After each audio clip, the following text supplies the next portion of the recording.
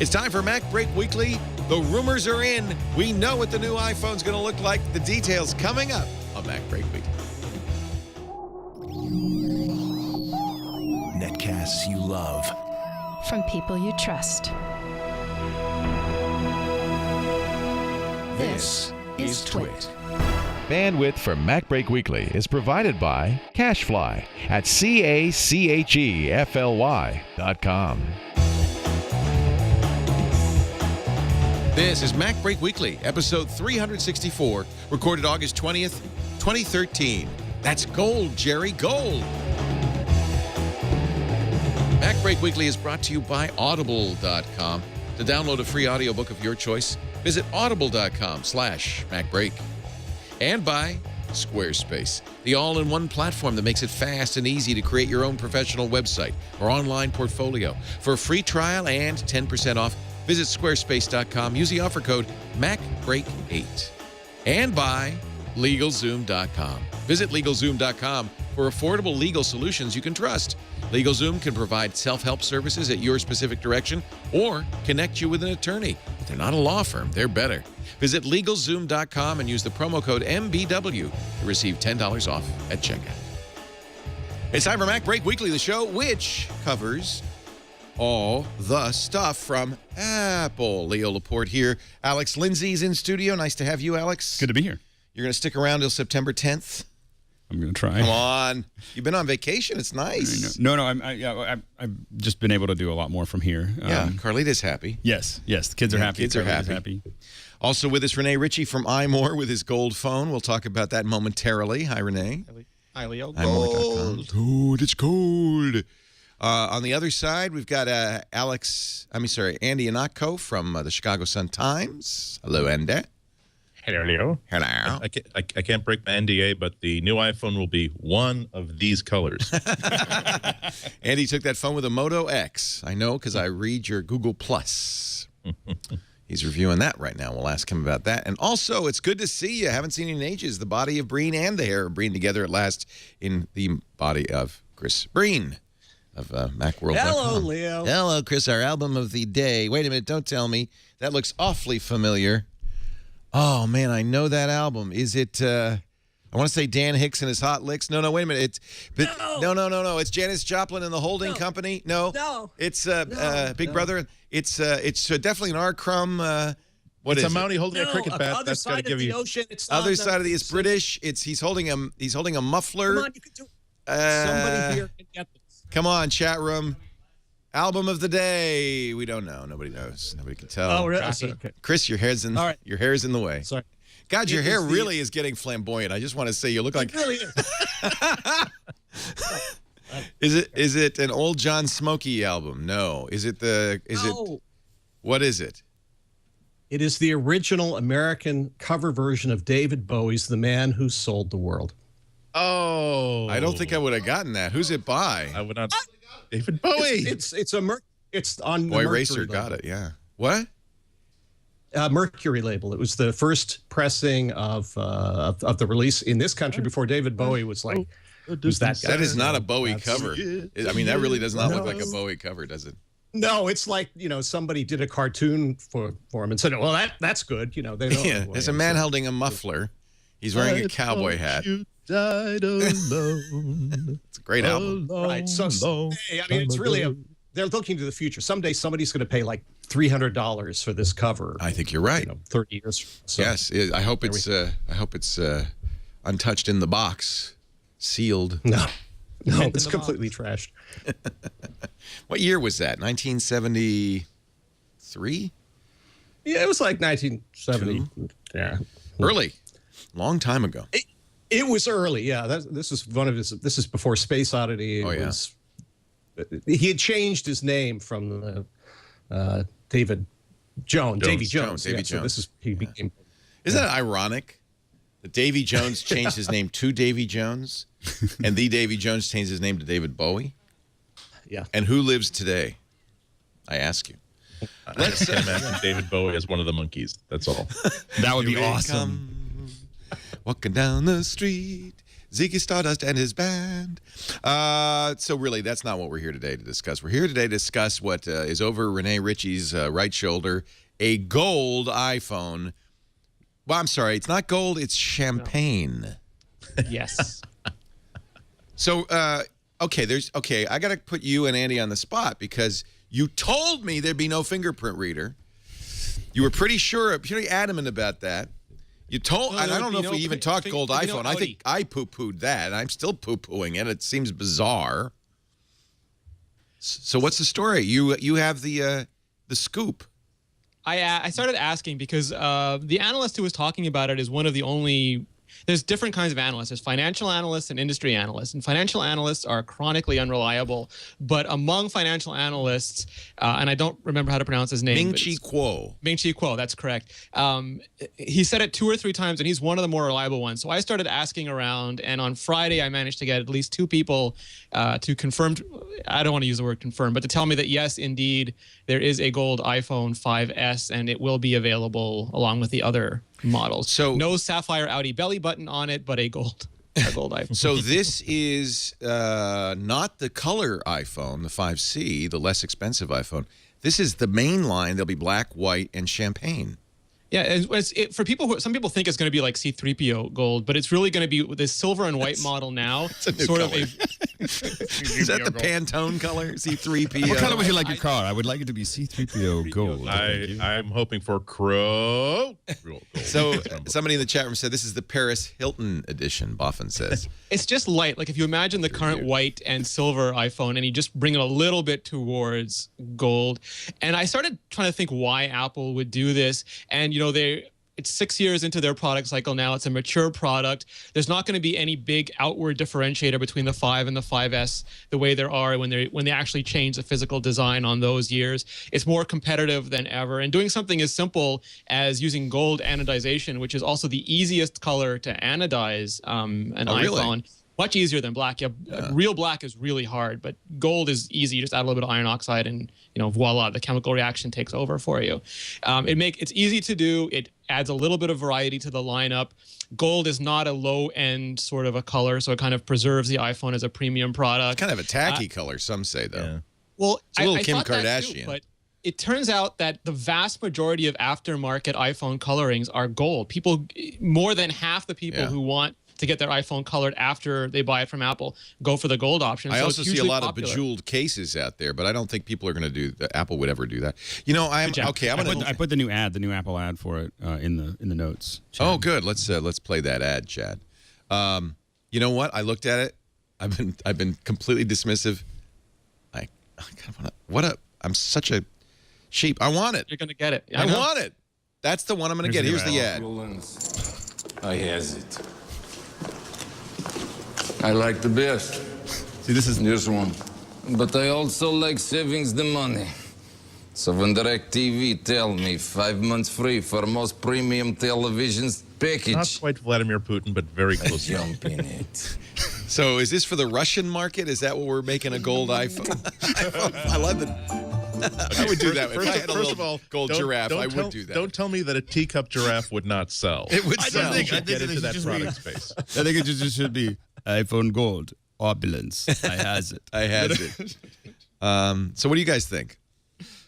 I think it's very likely. I think in some of the other cultures, I think that it's very popular, and I think that there's quite a few people in the United States that'll buy a gold one.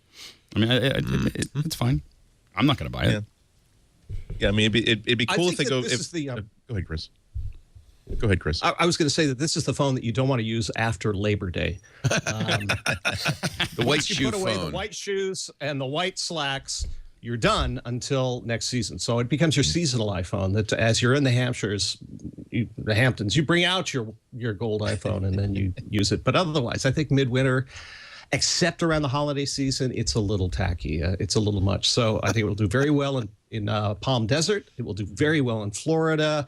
Hollywood will be fine. Those kind of kitschy countries will do okay with it as well. But I don't see kind of your normal geek carrying this thing around. Yeah. But I couldn't help but think of that episode of The Simpsons where Lisa decides she wants to revolutionize the child's doll industry, and spends the entire episode and gets all kinds of like celebrity like feminist experts in to develop this brand new wonderful like role model positive doll that it turns out that all the girls want, and then the Malibu Stacy, like the Barbie people, decide we have to head this off. Why don't we just bring out the same old Malibu Stacy, only now with a new hat? And then all the girls want the Malibu Stacy with the new hat. I think the gold tone might be Malibu iPhone with the new hat. That's all. Yeah. Well, Especially like this year, we've seen like so many other cool phones. No, nothing wrong with that. Yeah. I think that Apple's missing a trick by only having black and white, because people do like to personalize a phone. They do like to have something that really is identifiably theirs. And although I don't think they can on the iPhone 5, they can make like 9 different colors and keep that kind of supply chain going. But if one way to remind people that this is still a cool modern phone is to introduce a new metallic color, that's good. I think that the iPhone 5 got sort of slammed a little bit because it didn't look all that different, and it sort of swept aside the idea that, well, the camera is very much improved, the CPU is much improved, they changed so much about it. The fact that it doesn't have like a transformer set of hover wheels on it doesn't mean that it's not a new great phone. Sometimes if you want to give the people what they want to convince them that there is something new going on, psychology sell it. Aren't we being apologists, though? This is such a shock to have this from Apple, isn't it? Well, they made the Dalmatian blue iMac, and they made the the flower power iMac. Yeah. How well did that sell? I'm guessing it wasn't the top seller. Yeah. It was awesome in the hate. I mean, people are accessorizing all of their their iPhones anyway with cases and all kinds of other stuff. I mean, it's just Apple making money on it instead. All right. And there's one. I mean, people play to their egos too. I mean, one of the biggest criticisms we keep hearing is that people are like, oh, no one's going to know I have the new one. I need people to know that I have the new one. That's it is a big thing. Usually Apple, I mean, come on, Andy, you're the guy who says puts Apple up on the pedestal, say Apple wouldn't do that. They don't need to pander, right? This is I don't think this is pandering at all. I mean, if they have numbers saying that this is a really, really popular color, and they are thinking that perhaps black and white is getting a little too boring for their taste, and if, as rumor has it, there's going to be another phone that has lots less expensive and have lots and lots of colors, isn't it smart to sort of extend that conversation by saying, and we've decided to add a third color to the iPhone, top of the line iPhone 5S as well? I don't think that's a bad thing at all. Giving people options to have something that's a little bit more personal, a little bit more to their taste, that doesn't mess around with anything. The problem comes when they decide we're going to make a stylish new phone because it has to look visually different from the last one, or else people won't have that sort of premium brand. Hey, I'm part of the best and the brightest. I don't care that I still had 12 months left of my contract. I paid the fee because I want to be seen as having the new version of the iPhone. I don't think that's that at all. I think it's just that if gold looks cool, if they built one and everyone in the room said, "Wow, that's cool. We want to make that." That is a definite Apple decision. All right, that's all of this is just color, just cosmetics. Let's get down to the nitty-gritty, the nub of the matter, the fingerprint reader. Yes. Now, you say now it's no longer an Audi, Renee Ritchie, it's an innie?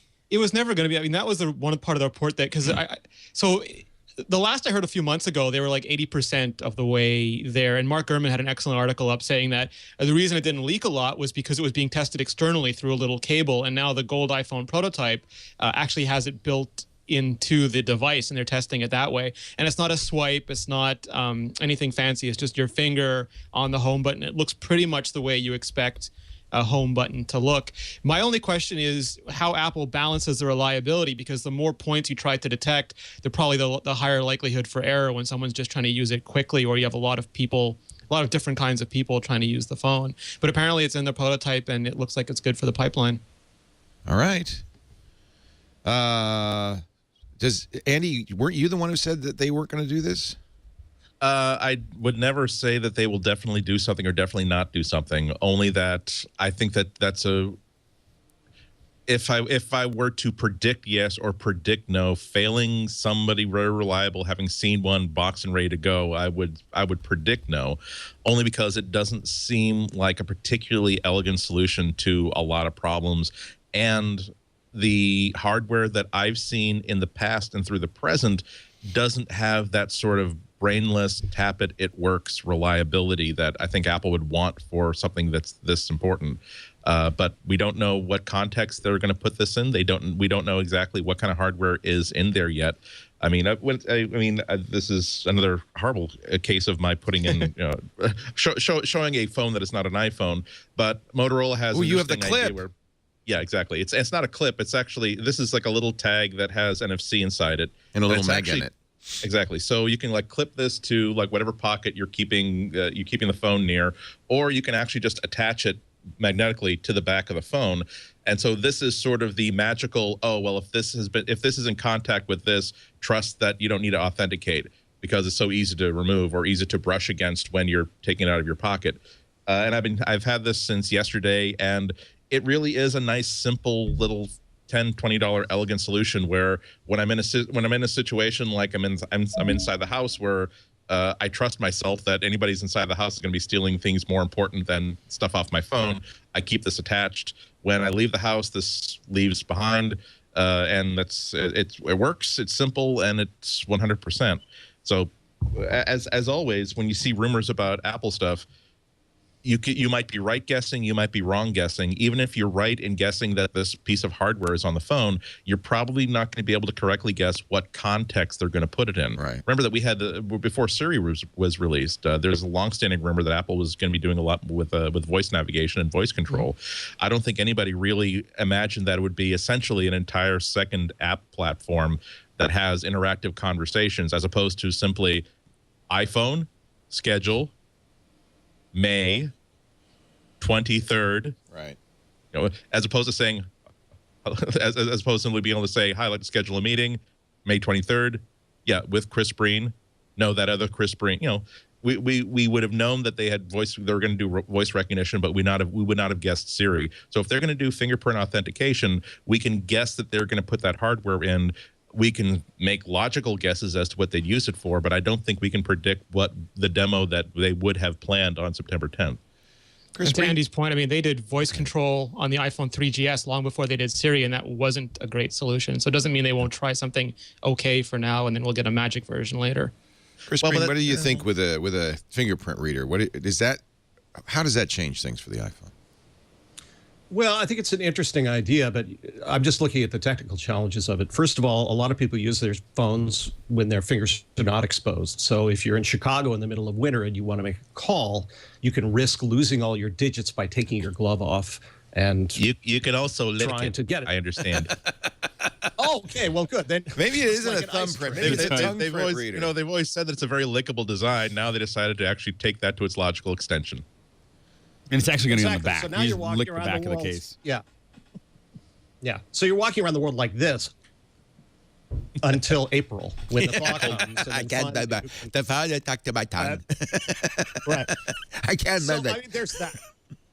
And then there's also the issue of how many times do we use that button with different fingers and in different angles? Sometimes I use my second finger to touch this button. Sometimes I use the corner of my thumb with my left hand. Sometimes it's my right hand. So how many samples can I take and do this? But this is the company that said you're holding it wrong. Apparently this is one way of enforcing that we all hold it just like that from now on. And I think in its first iteration, I think my expectation is that it's something that is not required. It's something that just makes things easier. Right, it's switchable. So if I have it turn on, like I still can, I bet you in the first iteration, everything works exactly the same way. But if you put your thumb over it, it'll bypass if you put your thumb over it correctly, it logs you in. And that's all it does in the first round. Maybe they grow it past that once they see reliability, but I bet you that's all they've added something to iOS 7. In fact, the new iOS 7 beta is supposed to come out today. Has it come out yet, Renee?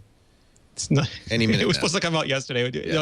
Sorry, it wasn't. Everybody posts a story saying iOS beta is going to come out on Monday because they often do, and then they can say "told you so," but it is not a written rule. Okay. We did not post anything about an iOS 7. It'll come out after the show's over. But one of the things in iOS 7 is this new feature, which really you could have included before, but it's great now. If you turn on the Find My iPhone and you lose your iPhone, you could say it can't be Find My iPhone can't be disabled without a login. Adding that. And I think there's a reason why they put that in there. Putting that with a fingerprint, now you really have a very secure phone. You don't ever have to worry about losing that phone. By the way, the clear your iPad or iPhone from through Find My iPhone works really well. Yeah. I had two that were named Alexander Lindsay, and I what lost happens one. is people get the iPhone, they turn it off immediately when they steal it, right? First thing they do. Right. And then in a secure lead-sealed room, they'll turn it on and disable it real quickly or something, you know? So the idea is that you can't disable it unless you have a fingerprint. Makes it something that maybe government... You know, remember, the other thing that Apple has to be looking at is the fact that BlackBerry's imploding, and that there's an opportunity if we can make a secure phone that government likes. Right. So what if the fingerprint reader doesn't do all... I think you're on the right track, Andy. It doesn't do all, or maybe it was Chris, doesn't do all the things we thought it would do. Maybe it just unlocks the phone. Maybe passports later. Yeah, no, like passbook. Yeah. I mean, maybe just unlocks the phone, which would by it's itself be a pretty good thing. It would be worth it for me to just so that I don't have to type in the code every time I want to get into it. And if it worked 90% of the time, I'd be like, this is awesome, you know. And when my hand's a little wet or whatever, maybe it doesn't work. But that's fine. But I think that also allows them to. I mean, it's still a big push forward, and then it allows them to figure out whether it's really working. Because the bottom line is to get any of this stuff working, you need a high sample rate. So you need 1 million. You know, having 2 million people just logging in is going to give you an awful lot of data about what's working and not working about the process. And if we look at other new features like Safari, the iCloud keychain sync, which is going to be in OS 10 Mavericks and in the iPhone, it's still not clear to me how that's going to be implemented because, like, you know, one password, I have a master password, but once I open my iPhone or once I open my Mac, if there's no barrier between just like someone walking up to the machine and typing something in, that's less secure for me. It's not something I'm going to use. But if Safari keychain sync can be triggered by the thumb scan as well, that kind of stuff starts to become, and maybe that won't be the first version, you know, like Alex said, maybe that'll be iOS 8, but there seems like there's a lot of features Apple could implement, sort of like with Passbook. There's no NFC now, there's no actual cash exchange now, but once you get all these technologies, 2 or 3 years out, they start to make a very cohesive thing together. I think that's one of Apple's fortes. I just hope that the central thing is that you put your thumb over this thing and it reads that, or you put the finger of your choice over this thing and it reads your fingerprint correctly. If they get that in a tiny, tiny little phone, that will be a breakthrough thing. Yeah. If it's gold and it has a thumbprint reader, I want it.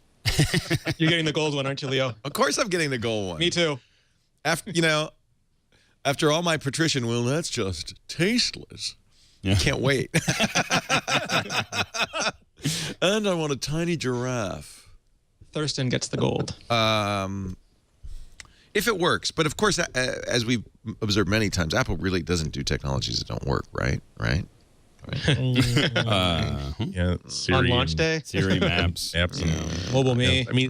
But the thing is that's interesting to bring up because they learned that Maps was incredibly embarrassing. They would not have planned it that way, but it's not as though it killed the company to have a product that didn't work quite so well. And in the process of putting out a product that didn't work quite so well, they learned more about how to make it better. I don't think this would embolden them to use a fingerprint, for example, a fingerprint scanner that they knew wasn't 100%, but at least one argument in the room would be we've tested it as much as we possibly can. Our fear that we haven't tested it enough should not prevent us from putting in what we think is going to be a very, very wonderful feature because, again, here is how much money we're sitting on right now. We can, so long as it doesn't destroy the company for more than 18 consecutive months, this is worth going ahead with. And one thing that was in the chat room, someone was talking about, it'll be collecting your fingerprints, but really these aren't really reading your fingerprints. They're collecting a hash of key markers that oftentimes only make sense to the software that's actually using it. They can't, it's not something you can export out. It's not like the NSA is going to pull all your fingerprints from all these phones and everything else. So kudos to Mike Elgin, who posited 6 months ago that this would happen and said, and I think he was right on, that this could be huge because if your phone becomes your identity device and is a reliable device for proving identity, there's all sorts of useful things. Huge. For encryption, for instance. One would hope they'd build in strong encryption into the email. I think it's an opportunity to go right after the government and corporate business that BlackBerry is apparently leaving behind. In fact, really, the iPhone, I imagine, is the #1 bring-your-own device in corporate, and government would love to do that, too, if they weren't prohibited from doing that. And if Apple could make a credible case there, they'd have a real opportunity. I mean, I think we are moving, especially I think this is going to help push this forward with phones, is that we aren't that far away from a total kind of born identity thing where you hold the phone up, you put your thumb on the bottom, you look, you have it do an iris scan, you give it a vocal scan, and you type a code in. And My voice is my passport. And if you're a high level, government or corporate employee, that would be very useful. Yeah. So, okay, I mean, we've kind of done a 180 here. You guys have been telling me for months I it's just want not to going point to happen. out that I did not do You a liked 180. it. Okay. I just Well, and again, I didn't say it would never happen. Just saying that here are the problems they'd have to solve. Right. Apparently, they've solved it. Well, no, we'll see. We'll see. Yeah. I mean, I'm like Andy. I want to make. I'm just saying it would be a shame if they spent 20, 30 minutes explaining this during the September 10th event and showing off how well it works, and then it gets into people's hands and it becomes one of those Samsung style features where they play with it out of the box, then they disable it because it's not working right, and then even when they fix it 2 or 3 weeks or months later, they never turn it back on again because they've completely forgotten that this feature exists. Yeah. So it would be a shame if it was so limited, of such limited use and of such limited reliability, that people just simply dismiss it as soon as they get their third or fourth failure with it. Well, it's going to. Right, and that was the problem with Siri. Go ahead. People are constantly yelling into their phones saying, do this, do this, do this, and it doesn't do it. And so if you're constantly tapping on this thing instead and it's not registering it, then you switch it off and you're done. Yeah. How, Chris, would it add appreciably to the cost of the phone, though? Won't it? I mean, that's not an insignificant thing to put in a fingerprint reader, or is it cheap? I honestly don't know what the technology costs, but considering that they would be selling a jillion of these phones, I think they could stand to offer it They'll at get the not Costco a huge discount. price markup. Yeah, I mean, because they, clearly they're going to sell a lot of these things, and they already make a fair amount of money on these things. So if they really are feeling the pressure from Samsung and Android, it may be that they're willing to take a little bit less profit on this, pump this up if it really is working as well as they believe it is, and hope that they gain a significant advantage. And a lot of it is because of exactly what you're talking about, having to take the place of the government stuff, take over the security corner and claim that as their own. Samsung's going after Plus, it, that too. makes it. Everybody wants that business. Right. But I think it's, for a lot of people, they're still convincing their IT departments that this is a safe phone. Right. And they're resistant because it's not Android or it's not Windows. Once more, that's, one more check in the column where they can say, look, it not only does that, but it's doing X, Y, and Z because of iOS 7 and the fingerprint detection. So I think it would be okay for them to not try to reap a huge profit on this technology. Well, just think of the negotiations. Like, how much would that cost? And how much it would it cost if I bought 1 million of them? 80 million. I mean, that's the old West Wing joke where they said, the second one cost $1, the first one cost $1 billion. Right. And Apple has shown that they're not adverse. I mean, the iPhone 5, they redesigned that entire phone, which was hugely expensive, cost a fortune to manufacture, relatively speaking, and they did it for no one would have cared if they hadn't redesigned the entire phone from the atom up. They're not adverse to spending large amounts of money and reducing they could still be making the iPhone 3GS version 4 if they wanted to save money on manufacturing. Well, and I think also, Apple wants to do things that are difficult and expensive to do because that is, that's a key limiter to their competition. Mm-hmm. Well, that's the other thing is, since Apple owns Authentic, I would imagine there'll be stuff in here because really in a normal world, Samsung will put this in their next phone, right? Unless Apple has key technologies that make it work right. And Authentic we've seen Authentic before, has not been very impressive. Patents on Lenovo, but I mean, so this could be a key differentiator. If it works great, and it's used widely by merchants and so forth, and Samsung can't copy it. Well, they'll do it anyway. It just may not be. We'll see how. I mean, there was S Voice, I think, a few months after Siri. So I'm sure that as long as the checkbox is there, a lot of companies are happy to just check it off. Yeah. Well, and I guess everybody has pointed out time and time again, everything we've seen up to now with fingerprint readers, and I've used them on Lenovo, the Atrix, and a variety of other devices. Yep. They're unpredictable, unreliable, easy to dupe, according to the Mythbusters. Although every time people say, but the Mythbusters proved that, I have to point out that's a TV show, not a scientific study. And these readers do look for things like infrared heat, and it's there. I think they're harder to spoof than one might imagine. They've changed a lot over the last couple of years. Yeah. It's also. So you're saying that my future finger harvesting business is probably sunk. Finger on a stick. Or the next time someone else invites you to, hi Chris, Why don't you? Here's a brand new glass of water. Why don't you just have a nice sip out of that? And I'll take that back from you now. Thank you. I think one thing's for Don't be sure is worried that about that. lawyers at Samsung right now are looking over as many patents as they can. We've got to have one in here somewhere. There's got to be one somewhere. All right, we're going to take a break. Anything? Well, before we do, I mean, we might as well finish the iPhone discussion. Anything else you know, Renee, Richie? Gold phone, fingerprint reader. It's an innie, not an outie, or is it flat? Do you know? It's still in. I believe it's still in. That's my current. See, as long as it's an innie and it doesn't look that different, it probably wouldn't look different at all.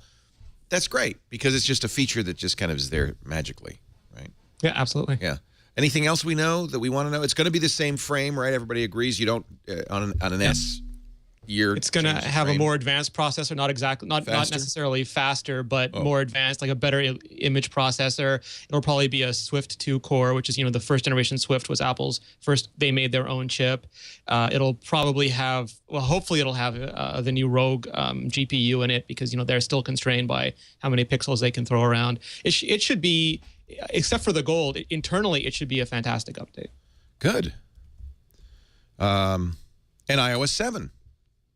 Yeah, and iOS 7 with a gold boot screen, hopefully to go along with that gold. Oh.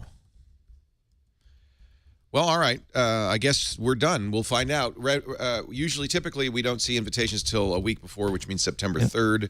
Everybody's agreed, though. It seems like we're converging on consensus, not only that it's September 10th, but that there will be gold and that there will be a fingerprint reader. You know what I'm going to do? Because I'm going to be on vacation. I'm taping radio shows ahead of time.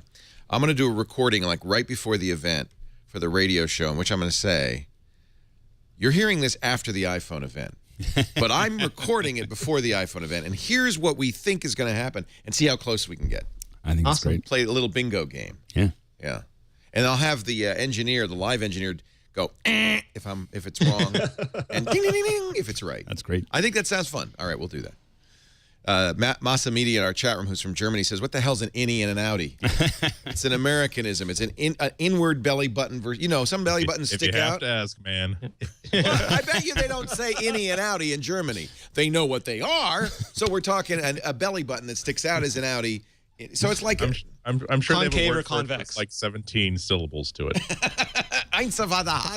There it is. There's an innie. Wait a minute. Those are all innies. Show us an outie. So those are all innies. I see. There's an outie. And if there's an outie there. If you've never seen a belly button, this would be a great revelation to you.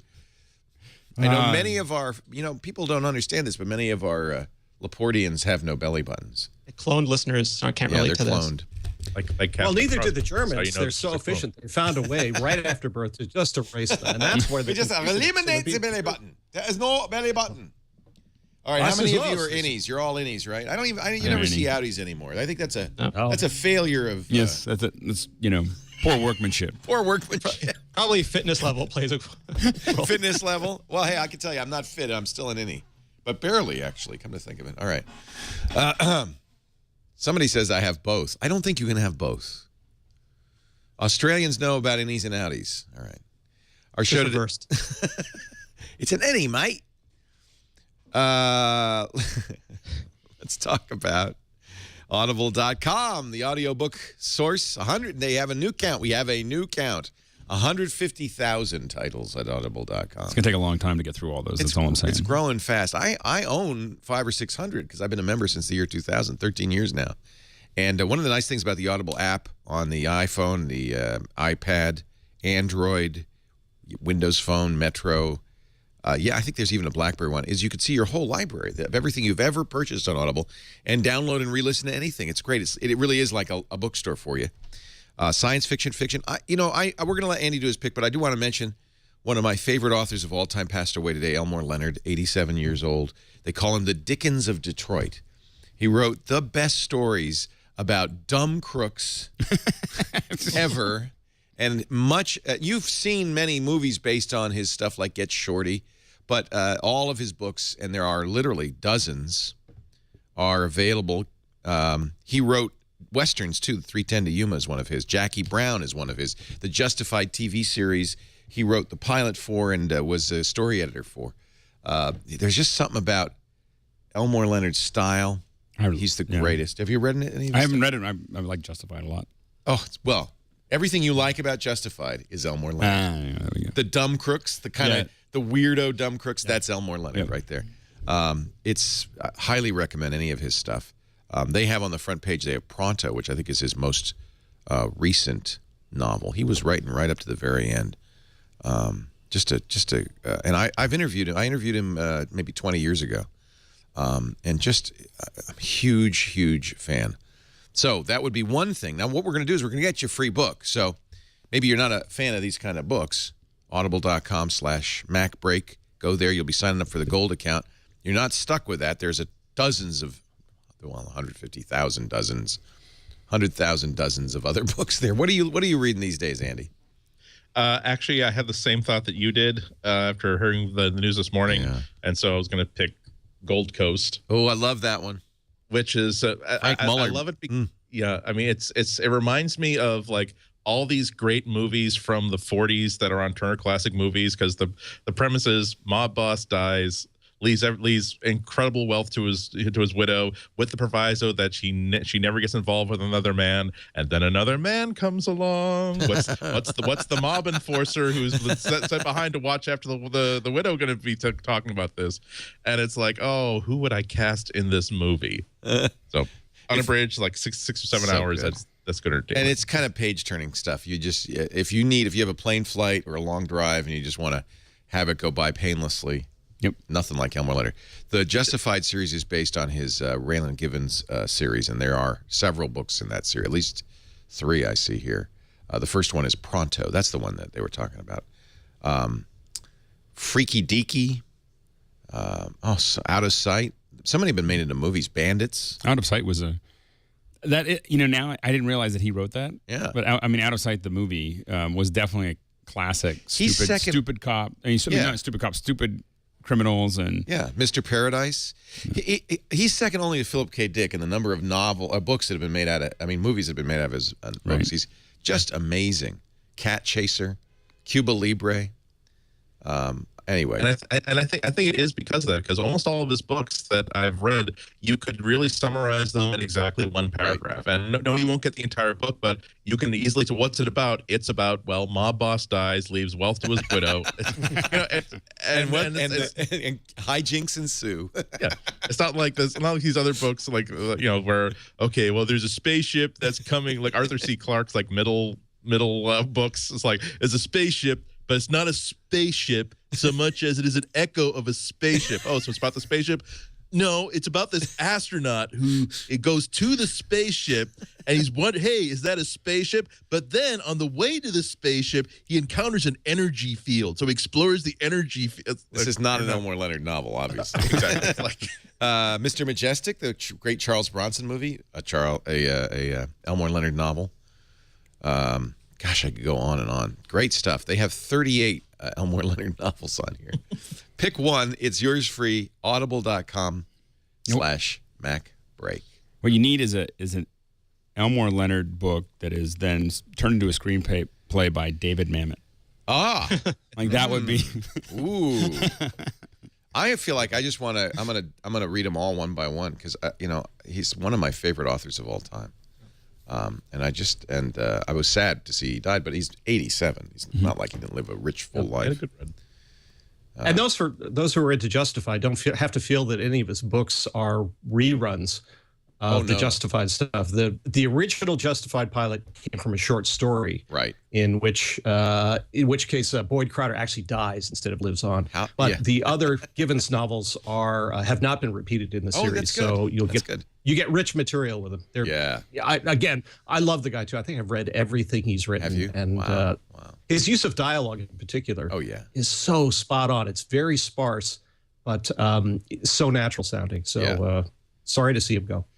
There's another author like him, Carl Hyacin, who specialized in dumb crooks from Florida. But I just love that stuff. I don't know why. And Elmore Leonard is the king of it all. And I haven't read his westerns. I have to go back and read those because that would be awesome. So I don't know why you can't see my screen. We were doing it so well before. Chad, I don't know. I'm plugged in. Maybe there's some button. You know what happened? Oh, I know what happened. Let's try this. No. Chad, we need to get you to talk back. Why can't you talk to me? Just say, I can interrupt the show. But... Oh, he's being nice. He doesn't want to interrupt the show. Yeah. You know what happened? The Linux, just as you posited and I denied, did launch. And suddenly I was in Linux. I'm trying the Google Chromebook Pixel today is my, because I mean, we can go back to the Mac. You're right. I'm not seeing you either, so I don't know what happened. Gods of Apple are punishing you. Yeah, they don't like it when I use Chromebook. But okay, to make you feel better, the reason I want to use it is because I can't. It's there's nothing you can do with it. Your Mac home. Yeah, I want to take my Mac home. I want to use it. Okay, moving on. What did I say we were going to talk about when we came back? I don't even remember now. Maybe I said it to myself in my head. I think it was in your head. Apple acquires Matcha.tv. It is a recommendation engine. Are we going to see Ping for video soon? Ping's dead, man. Ping's dead, man. It's a second screen TV video app, Matcha.tv. I don't know. Did anybody try this on iOS? I never tried it. It gave you everything that you could watch via all your providers. That was the theory. And then you can manage it from a universal queue, get recommendations, connect with social networks. It really was Ping. Shut down in May. And the CEO told TechCrunch, "We're not gone for good. We're working on a new direction." Apparently, the new direction led them straight to Cupertino. That's a good direction. If you're going to try to find a direction, that's not a bad direction. Apple's response to VentureBeat's article about this was, "We occasionally acquire smaller technology companies from time to time, and we generally do not discuss our purpose or plans." That's got to be a text expander snippet on Dowling's keyboard now. Now you have. Why do you have a scene? You know what the code is in text expander? F-U. Do not just type that in, and then it just throws. But you think about Siri. It took them like a year to incorporate Siri after they acquired it, right? These things could take time. Chomp took a while too. Chomp. Did they really incorporate Chomp? Has it been incorporated into the app? Into the App Store? Yeah, I suppose. Well, there is such a massive second screen. There's so many opportunities in second screen that I'm kind of amazed it's taken this long, and I still think that points to an Apple TV somewhere down the road. It doesn't have to be a TV. I mean, even just integrated with Apple TV. I should also point out that in Silicon Valley, this is pretty much SOP because there's so little engineering talent to go around that when you find a company with smart guys, sometimes the easiest way to get the guys or gals is to buy the company. Talent acquisition. It's happened many times already. Yeah. I think of Sam Lessin, who I really adore, who did a really great little app called Drop.io. Remember that? We would use that to transfer files. Facebook acquired Drop.io, shut it down, but Sam Lessin what he went on to do was Timeline. Right. So it's very, very common in Silicon Valley. So I don't think you can necessarily assume that when you see an acquisition like this that these guys are going to do Matcha for Apple. They're good engineers. They write mobile apps. That's what Apple needs, right?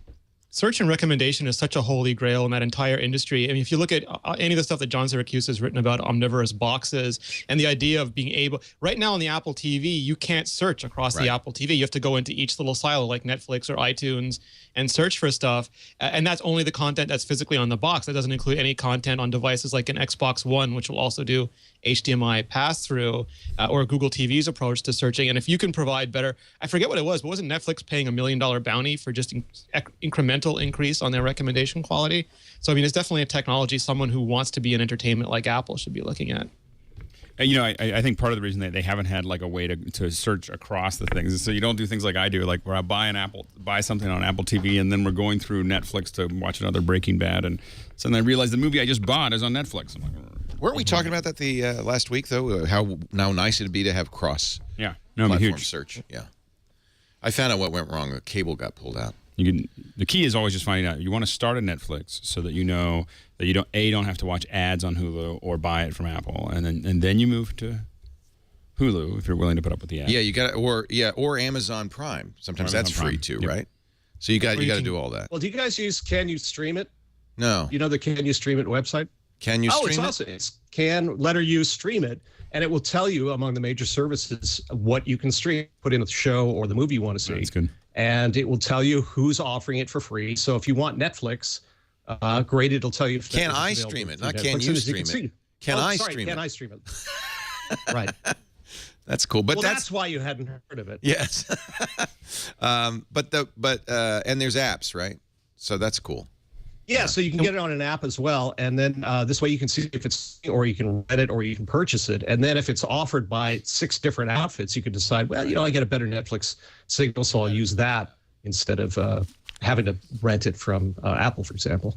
What's interesting is Apple's doing early access now. Some movies that are not so, not blockbusters, but are still in theaters, you can get early access to. And I think Star Trek Into Darkness today went up on iTunes. You can buy it before you can buy it in other mediums. And that's probably how they're competing with endless streams by exclusivity. I see that, though, and it really is annoying. I see that on all the guys that you can buy. Amazon does this, too, where it's $20. You can't rent it yet. And now they finally said, you'll be able to rent it, September 8th or whatever. Right. I find that very frustrating. That used to happen with DVDs. You'd be able to buy it. You couldn't go to the DVD store and rent it. And I think that's the studios trying to maximize the profit they make from the disc before they go to lure. Yeah. And I don't think it's just Apple that's doing this. Hey, here's the new iCloud. Get ready. iOSification of everything. The new iCloud beta is iOS 7. Oh, so Apple's really going all out on this one. Are we surprised? I guess Tilt not. your keyboard, Leo. I want to see if it's parallaxing. Yeah, it doesn't do the parallax. I'm trying. So I guess this is where we're headed on the. Do you think OS 10 will get this candy colored look? I hope not. No comment. I hope not. Not yet. Not this year. I hope not. I think iCloud is by definition a mobile sort of product, so that's why it would get that kind of treatment. Okay. All right. I do like iCloud. And this is they have redesigned it looks like the whole thing, huh? Yep. Yeah. It's kind of an interesting. Go ahead. It's kind of an interesting thing, given that there are like Chromebooks that are actually very good that cost $200. This could be, and given how well iCloud document syncing works across devices.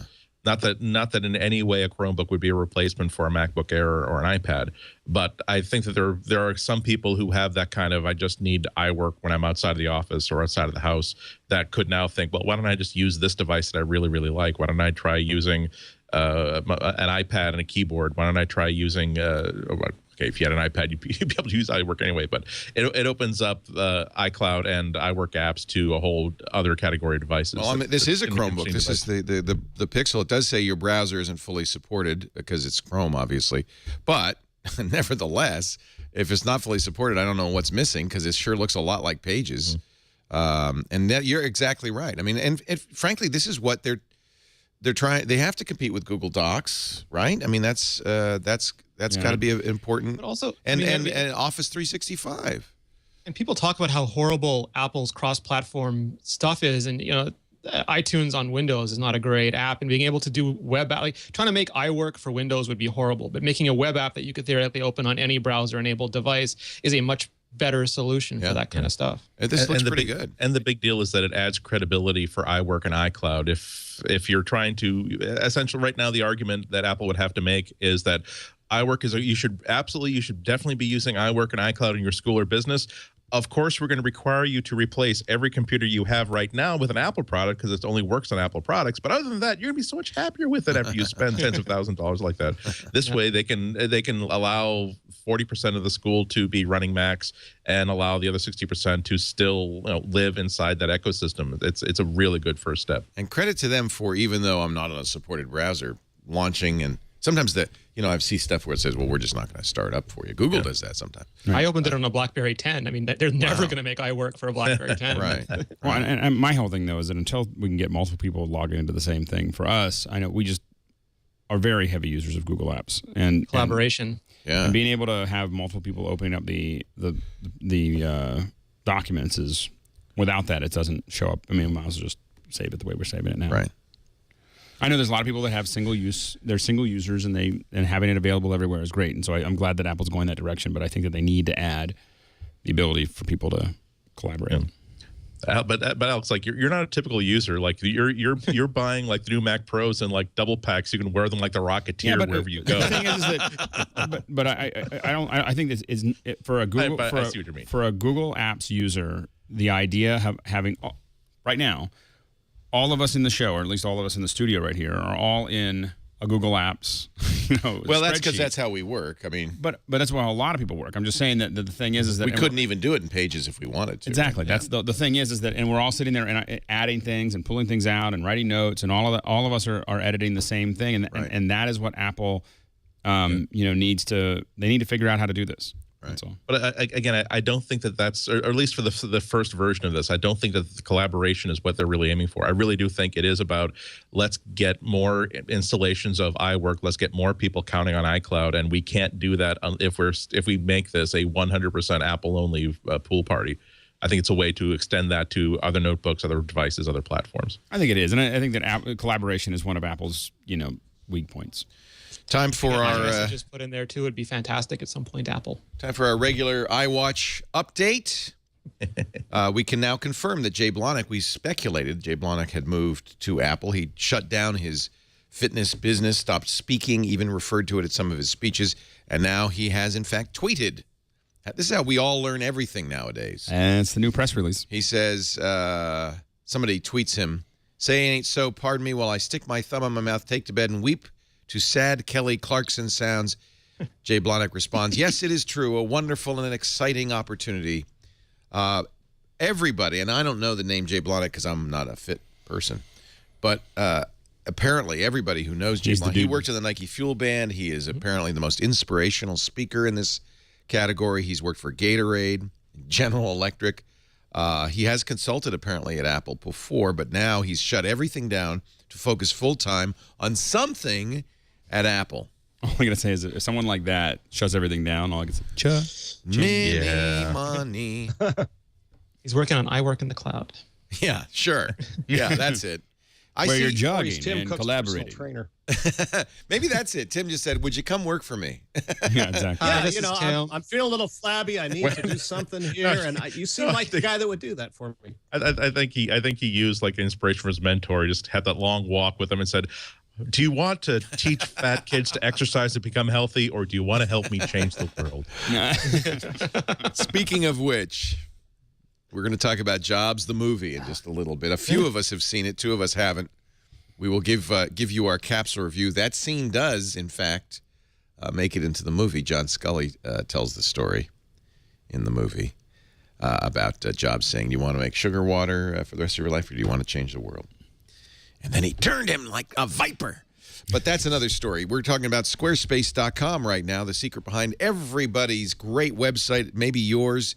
If you haven't found out about Squarespace, the best hosting, the best content management system, brought together into one place, and it is gorgeous. Just go to the Squarespace front page. It's gorgeous. It gives you an idea of what you can do with the Squarespace engine. So Squarespace hosting never goes down, is simply the most affordable web hosting ever. But the best part is you don't have to manage the server. You don't have to be a Unix guru. You don't have to install software. It's all done for you. Always up to date, always secure. Great templates. You don't have to even be a web designer to use them and make them your own. In fact, visit squarespace.com, click Get Started, and look at what people are doing with the templates. Once you pick a template, try the doggy. I think that's the Momentum template. I love the full bleed. Photographers love this because the pictures go right to the edges. By the way, notice it's mobile responsive. It works on every size screen from iPhone up to 27-inch display. It's one of the best things about Squarespace. They built that into every template. You can point and click your way to a unique and lovely template. That's what people do. Very easy to customize, include your social networks with plugins. Import all your content from your existing site, including images, content, comments, SEO. All the links stay the same. It's the only way to go. Try it free for 2 weeks, and you can see if you are a developer, if you're a CSS, JavaScript, HTML type of gal, they have a wonderful developer. Well, and you mix and match too. So what happens is you end up, all our sites are all Squarespace, and you end up having a bunch of stuff that's WYSIWYG. That someone can someone without any coding experience can edit parts of the site, and then you have sites where you've decided to inject code, and you certainly can do that, and that having it all be able to be mixed and matched is just. I guess the point is you don't have to. You don't can have get to. You can. Most of these sites, great sites, without any of that, and that's really what's so cool about Squarespace. we're still looking for people to tweet us. I don't have any. I don't see any URLs in here from the past. So let's collect some more Squarespace sites. We want to kind of plug people who are using Squarespace, show you what people are doing. Yeah. So tweet. All you need to do is put the hashtag MacBreak Squarespace in it, all one word, and we'll take a look. And I promise you, next week we'll have some sites. Hashtag MacBreak Squarespace, and we could highlight your Squarespace site, show people what you're doing. Really is amazing when I see all the things people are doing with Squarespace. Here's how you can try it right now. As I said, you don't need a credit card or anything to try it free for 2 weeks. And in fact, if you're just doing a special one-off site for an event or a wedding or planning something, go ahead, be our guest, use it. They're happy to do that. They've added stories now. This is cool. So you can see people's Squarespace stories. That's cool. Take a tour of Squarespace. But eventually, I want you to go to the pricing menu. That's what Chad was just showing you. Unbelievable, the deal.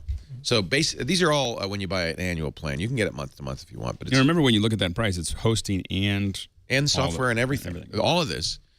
And when you get in the business plan, that's e-commerce too. Unlimited digital or physical items, no transaction fees. They will build a mobile store for you because it's automatic. You get inventory tracking, tax calculations, shipping calculations. You even got coupon controls. All of this for $24 a month, flat fee.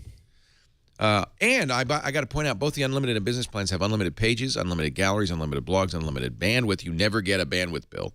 Unlimited storage, unlimited contributors. There's no hosting like this. Trust me, I know. You're going to love it. Squarespace.com. Do me one little favor after you try it. If you decide to buy, use MacBreak8. MacBreak and the number 8 is your offer code so that we get credit for that. And you'll get something in return, 10% off your first purchase with new accounts. That's why the yearly plan is good. Oh, also, the other reason for yearly is they give you can register a free domain name and they'll hook it all up for you. So here's the way to try it. I got a great idea. I want to try something. Great idea for a site. You go in there, you do the get started 2 weeks. Feels good to you. Then you sign up. Use MacBreak8 as the offer code. You'll save 10%. You get the domain register. I mean, this is the way. A month from now, you'll be rolling in dough.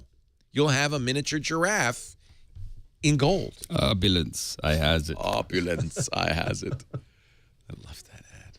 I forgot about that ad. That's all I could think about when I saw the gold iPhone. That's all I could think about. Has anybody? Now we were all at the movie theater the other day seeing Jobs, but I didn't see. That would have been the perfect place to put that Mac Pro ad.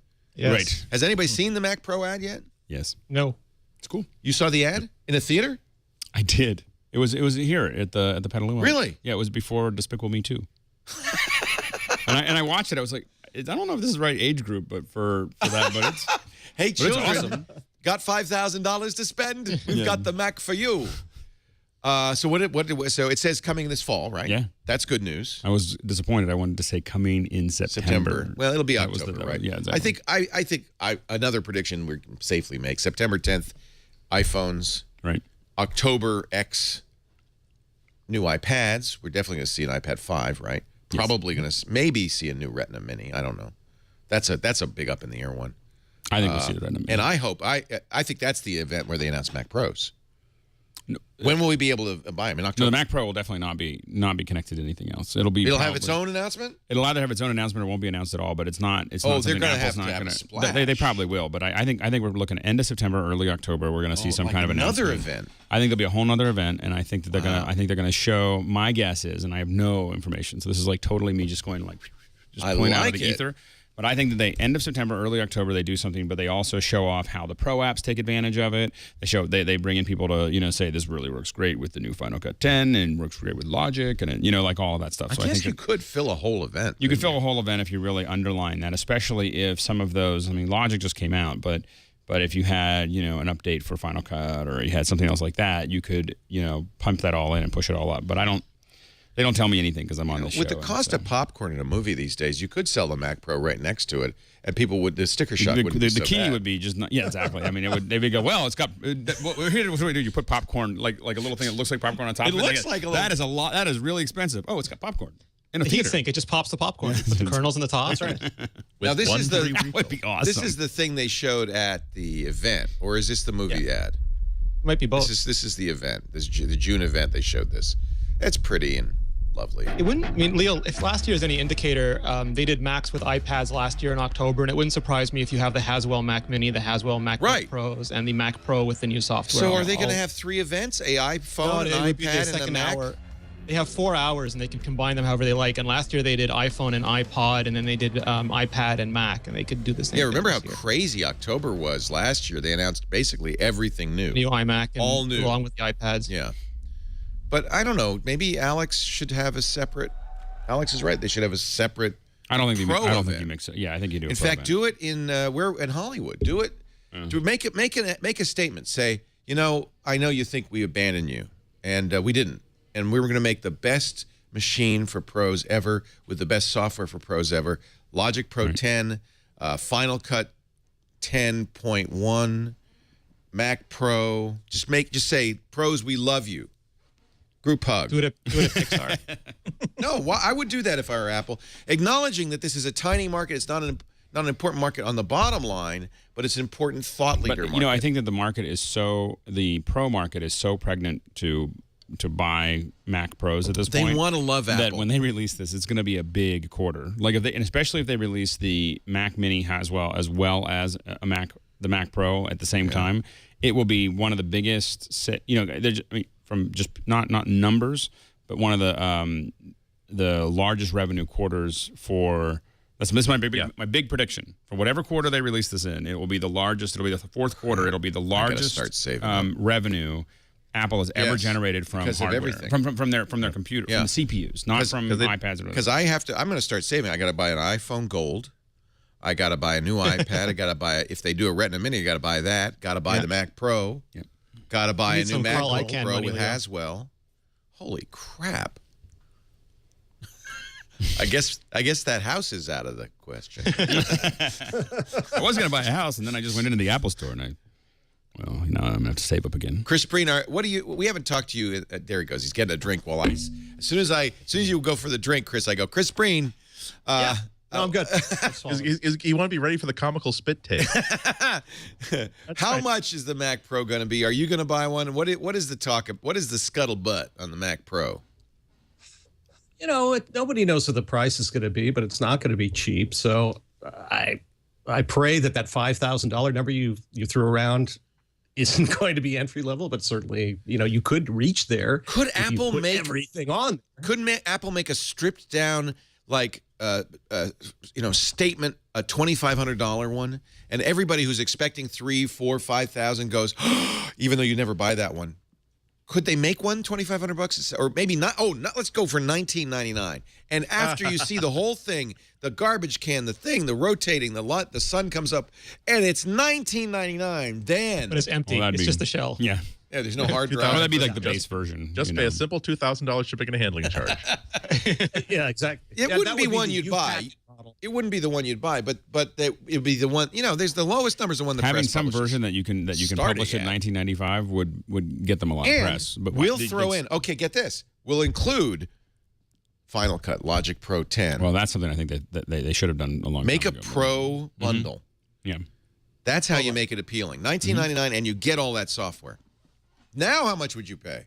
And you get some Ginsu knives. So, Chris, do you want one? You know, I'm not sure. I have the old Mac Pro in here. I'm perfectly happy with it. I like having all my internal storage.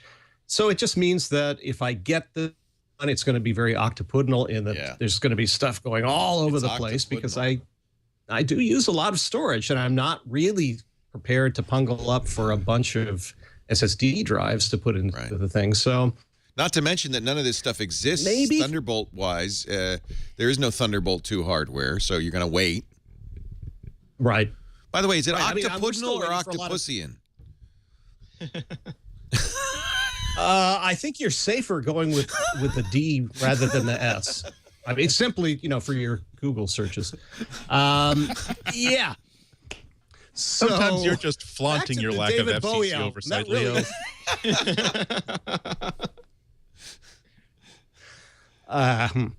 Yes. Showtime. Well, as I was saying, I mean, we're still having difficulties with just finding Thunderbolt docks and accessories. So, you know, then you're looking at very high price. Thunderbolt 1. Right. I mean, there's Thunderbolt a lot 2. of very expensive. Yeah. Yeah, I hope that the manufacturers get behind it and Apple is helping them in some way to bring down the price of some of this stuff. But even you look at some of the docks now that people are putting out, and they're still up in the 300s, simply so you can connect a Thunderbolt cable to it and then attach all your other stuff. Well, and so that's where it gets very puddinal or pussinal, depending on how you define that. Show title. That's my problem with it. Well, and by the way, this is being pointed out in the chat room, but in the middle of the page for Final Cut, it does say that there's a new, Mac Pro is coming, and there's a new version of Final Cut 10. So I'm not, I didn't see They that announced before, that at but the keynote. yeah, so that you're going to have, but Bundle. well, You and when gotta it says bundle. 4K broadcast monitoring, I think that what you're also looking at is, you definitely have to have the 4K monitors. You have to have, and this becomes for professionals. I think the hard part for them is that they're not going to have to justify to their penny pinching, our market is getting smaller bosses, why they want to spend a lot of money on something else when they could have, this and be able to edit 4K and everything else, because 4K is about to become a big deal next year. I think that Apple could get people to sit up and take notice if they do. If they're aggressive about this, and I have to think they're planning this in some way. No, I think we see 4K monitors. I think that by the end of the year, or by the spring of next year, you see iTunes supporting Aperture 4K update too. So we have a new Aperture, new Final Cut, new Logic. It all comes bundled. What else? Yeah, exactly. Can we get a group rate on a line of credit for all this, Leo? I know. Well, I just read a review. Was it on Anand's Tech? There's a new prices are dropping on 16:9 30-inch displays, widescreen 30 inches. Apple, they've got to be looking at these panels. If prices are dropping, maybe they're dropping because Apple just bought 18 million of them. I don't know. But a 30-inch cinema display, 4K. Yep. Well, and again, I think that people will say that that people are will poo-poo my whole thing about 1080p, but 1080. I mean that say it'll be 1080p in TV, it'll be 1080p in film.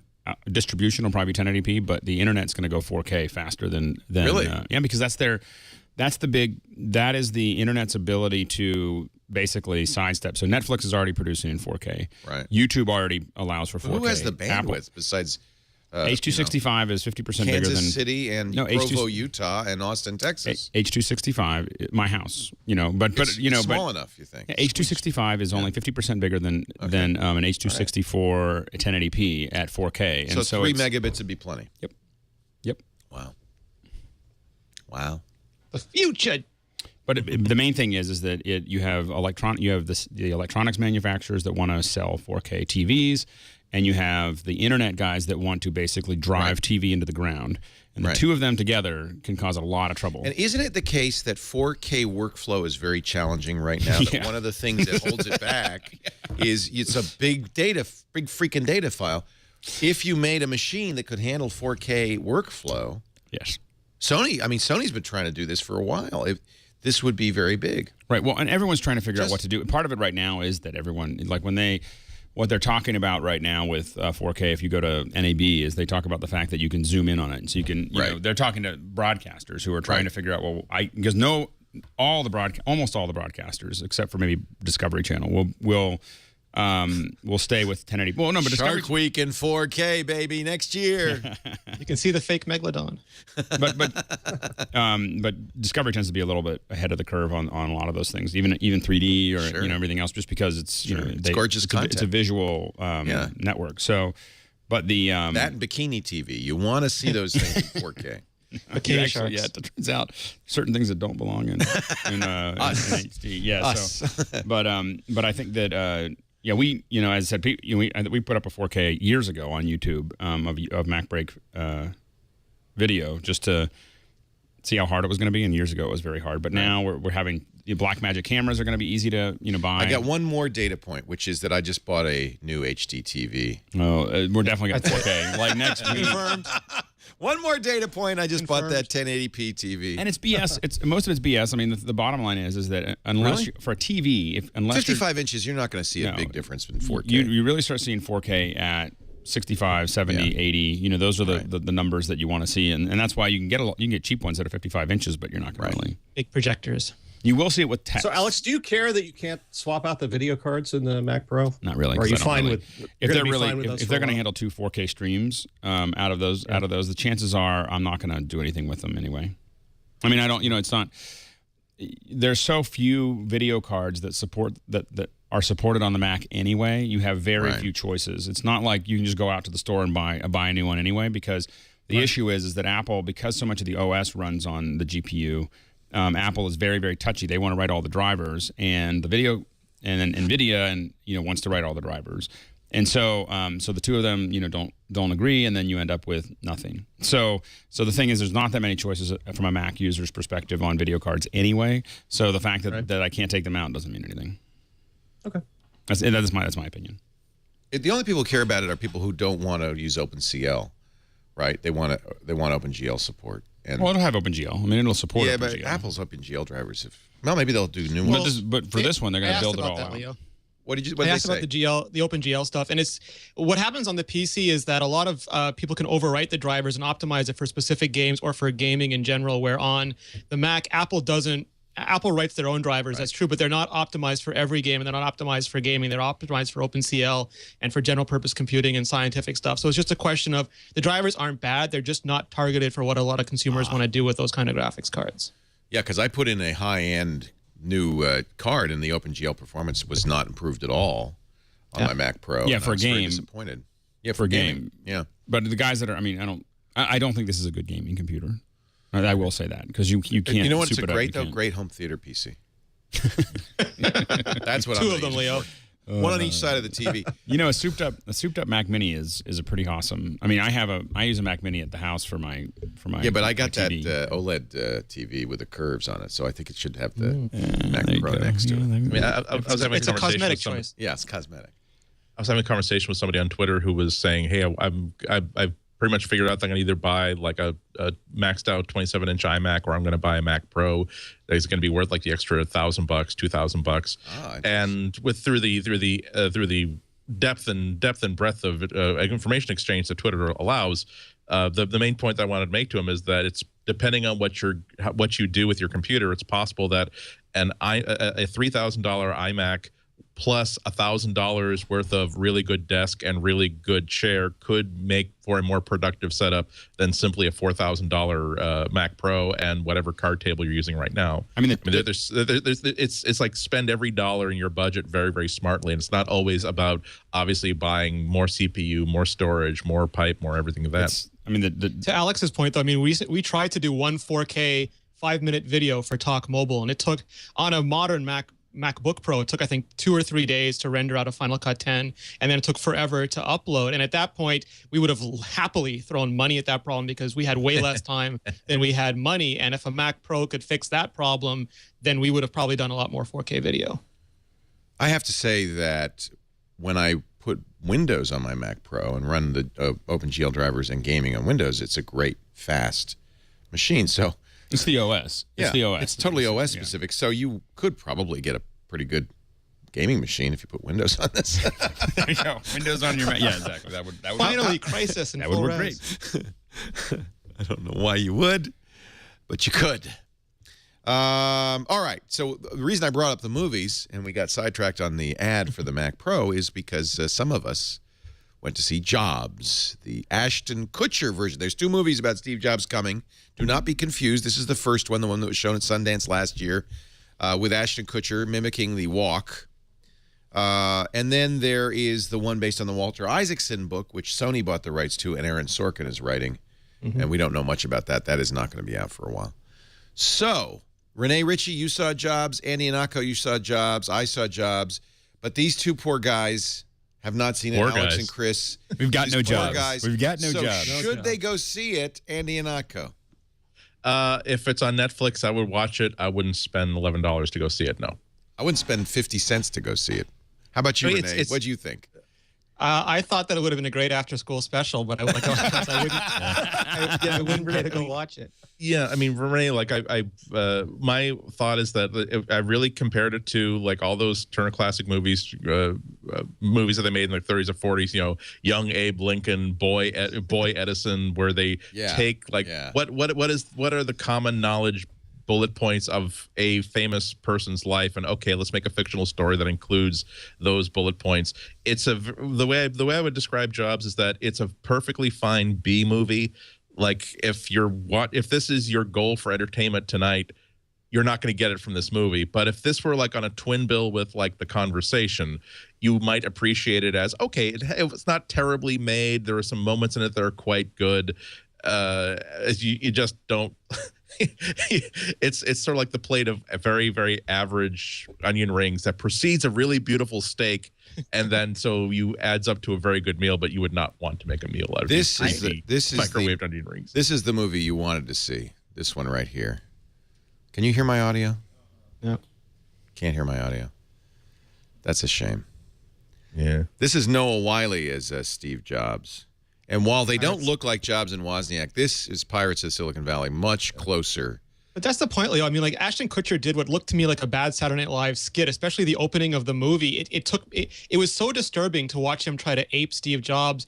Only when he relaxed and forgot about that was it a little bit charming. But where they chose to start it and end it, and a lot of the decisions in between were just vexing. Horrible. I mean, it's weird. It was weird in that I think you could tell this is Pirates of Silicon Valley. And by the way, there's some of the scenes are the same in here. For instance, in a little bit, there's a West Coast Computer Fair, which looks exactly like the one in the movie. And while they didn't know it then, their paths would cross. There's something really going on out there in California. To change their lives. That scene is also in the Jobs movie. It's like they copied it. Good. That's our stuff. You really Now that is the Homebrew Computer Club, and that was the reaction they got. You wrote some of your language? It's good to see you. This is is this on Netflix? This is the movie you should watch instead of going to see that crap. You just point. Their race to the top would turn technical evolution into cultural revolution. You guys are supposed to be writing programs. You demolished that guy. That's all you know how to do is tear people down. Steve Jobs is killing us. They made the stuff for selling IBM look about a decade out of date. I want it. It's Apple's. We can't just go. That's Palmer. That's Gates. Nailed it. Take on the world. Nailed it. Take on each other. You know what they say in the mafia? You keep your friends close and your enemies closer. We're here for our 9:30 with your president, Mr. Gates. Actually, this is better because you get the whole story, right? It only goes up to 1999, though. You pirate? Yeah. Oh, yeah. Well, that's okay, because so does the Jobs movie. Yes. The Jobs movie starts and ends in 2001 with the introduction of the iPod. So I guess you're right. Not really. I mean, it's like there's a point at which I feel as though they had a whole bunch of material and an informed source that stopped following Apple at around 1985, 86, 87, because there's a point at which they pretend to have knowledge about here's how the Mac was developed, here's how the Apple was developed, all wrong, but okay. Then there's a point which, you know what, I think at this point, everyone watches this movie, they're fascinated by the boardroom struggles. Let's stop talking about creating and innovating and the role of technology in society, and let's just start talking about fights inside the boardroom. Dull men in bad early 80s suits. Let's make that the focus of the movie for the last 45 minutes. So vexing. I'm not sure that was a good idea, right? Well, yeah, and the pacing was so odd too. I mean, they spend so much time at the beginning, and then next is a montage, like a 2-minute montage. Yeah. And they left so much out, and they made up stuff. You know, Wozniak. We should mention that the Dan Kotke was the primary source for this. So you nailed it, Andy. That Dan was not involved in Apple after the stock release. He left in a huff, and they do have a lot about that for some reason. They don't mention Pixar at all. And there is a scene which is all about they have one magazine cover or one screenshot, and that represents his entire years at Next, which is like you could do the entire movie based entirely on the time at Next, and I think you would. That's part of the problem. One Next photo. That's part of the problem is that how do you get a life like Jobs, which was an amazing, rich, deep life in 2 hours? I don't know if you. But I think some of the choices they made were bad. And then there's the scene with Woz tearfully leaving Apple, which never happened because Woz was, in fact, invited to the Mac team and then crashed his plane and almost died and was away for several years recovering. There was no tearful goodbye. That was made up. And it cast. Well, I mean, that's okay. I mean, given that I love the movie 1776. It did not shock me as a kid to find out that no, everybody did not sign the Declaration of Independence on July 4th as dramatic license. Right. My overall problem with the movie is that it really is fan fiction. It really is some guy who's a huge fan of Apple writing down, basically say, oh, we got to do the scene in which like Steve Jobs says, oh, by the way, we're getting paid $500 to do this, even though I'm pocketing $7,000. And it has to be a scene where there's like a Steve Jobs keynote. Ooh, no, and it's not about like crafting a real intelligent story. It's about finally being the guy who gets to write all the scenes that you've always seen played out and you would love to see again. I think that's a good way to put it. Fan fiction. Yeah. The other thing to point out is that Ashton is terrible. He's not a good actor. I'm sorry, I'm slipping into film critic mode. My difficulty with him is that it wasn't until I saw this movie that I really realized it. Every person who is a screen actor, they've got some quality that says, please give me your attention right here. I am interesting. I am worthy of your focus. And he's surrounded by, like, he's playing against James Woods. He's playing against Matthew Modine. He's playing against like a lot of really good actors. And you notice that in no scene do your eyes go to Ashton Kutcher. They always go to Sam Levine. Yeah, you know, who has two lines, who's a Freaks and Geeks, really great guy. I like almost everything that he's ever been in, but he has like one line in Johnny Ive's design shop, and he's in a room with supposedly Steve Jobs, and you're looking at this other actor who has one line because he has screen presence and Ashton Kutcher does not. And he smirks a lot. And then the worst thing, and he made a big deal about learning how Steve Jobs walked. Yeah. Horrible. It was like Walking Dead. It was like a zombie, and he doesn't even employ it until later. It's like he learned it in the middle of making the movie and then started doing it. It's just oh god, it's a mess. And I have to admit, I saw just that one clip with Woz and Jobs in the parking lot. It was that bad. I saw that one clip and I thought to myself, maybe I'll watch it on Netflix someday. But that was it. Like, it was like literally that clip was not the one released because it was so bad that immediately I was like, I am never watching this in the theater. I will say this: one of the positive aspects of this movie is that it really gave me an appetite for a movie about Steve Wozniak. I agree. That would be a movie about creativity and passion and joy and reinvention. And that would be the most positive and uplifting movie. Not that Steve Wozniak has had a life that's always been highly positive, I'm sure, but you look at the arc of his story, and it's like that's something that I would like my children to hear about, especially the way he lives his life now. It's like that would be a wonderful movie. I would not wait for that to stream. I would actually pay $11 for that. And if Hollywood does it will be even more insulting than this one, unfortunately. I think paid by George Clooney. Yeah. Well, at least they would have dialogue. Like, did you notice that like every single person, again, fan fiction, because even when like someone's like yelling at Steve and like throwing him out of place, like, Steve Jobs, you may be a brilliant visionary who has ideas that will change this world, but I have to ask you to put shoes on. So bad. It's like, okay, I think you're a little bit fond of the guy. That's fine. You wouldn't make a movie about somebody you hated. You would, but you wouldn't put lines like that. The Sorkin movie is going to be just as bad because Sorkin hates the internet, hates geeks, hates computers. There's a movie in which whoever plays Steve Jobs is going to have to get the walk down because there's going to be one long scene of him walking and people briefing him. That's right. Katie Cotton just right behind him. The question is how many Sorkinisms will be included. Oh, it'll be loaded with all of them. Bring the thing. It's sad. 6 and 10 and pick them, Alex. My recommendation, although it got some justified criticism, I think, is still read the Walter Isaacson book. I think it's really worth reading. One of the complaints was that Isaacson himself didn't really understand technology that well, asked some of the wrong questions. Nevertheless, as of right now, that's the best choice out there. And it shares a problem with the Jobs movie in that I think the one big thing that they missed is that the passion, the the light that goes into creation like that.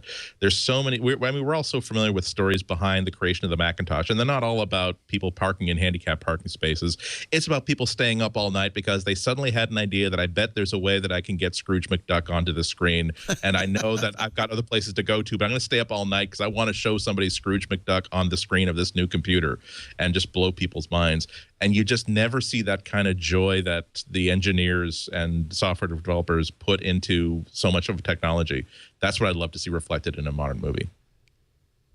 Never going to happen, of course. But until then, the aisle is maybe that's the internet movie, the 4K internet movie produced on a Mac Pro. There you go. Also the amount of RAM inside the first Apple II computer. So full circle. This we goes we all, had a goes all the way around. Yeah. 4K. Malware on the Apple Store. Should we worry? The App Store. This new technique allows malware authors to create apparently benign apps, especially since Apple doesn't really apparently look at them for more than a few seconds in some cases, and then remotely assemble them to create malware. This was a couple of researchers got malicious apps on the App Store.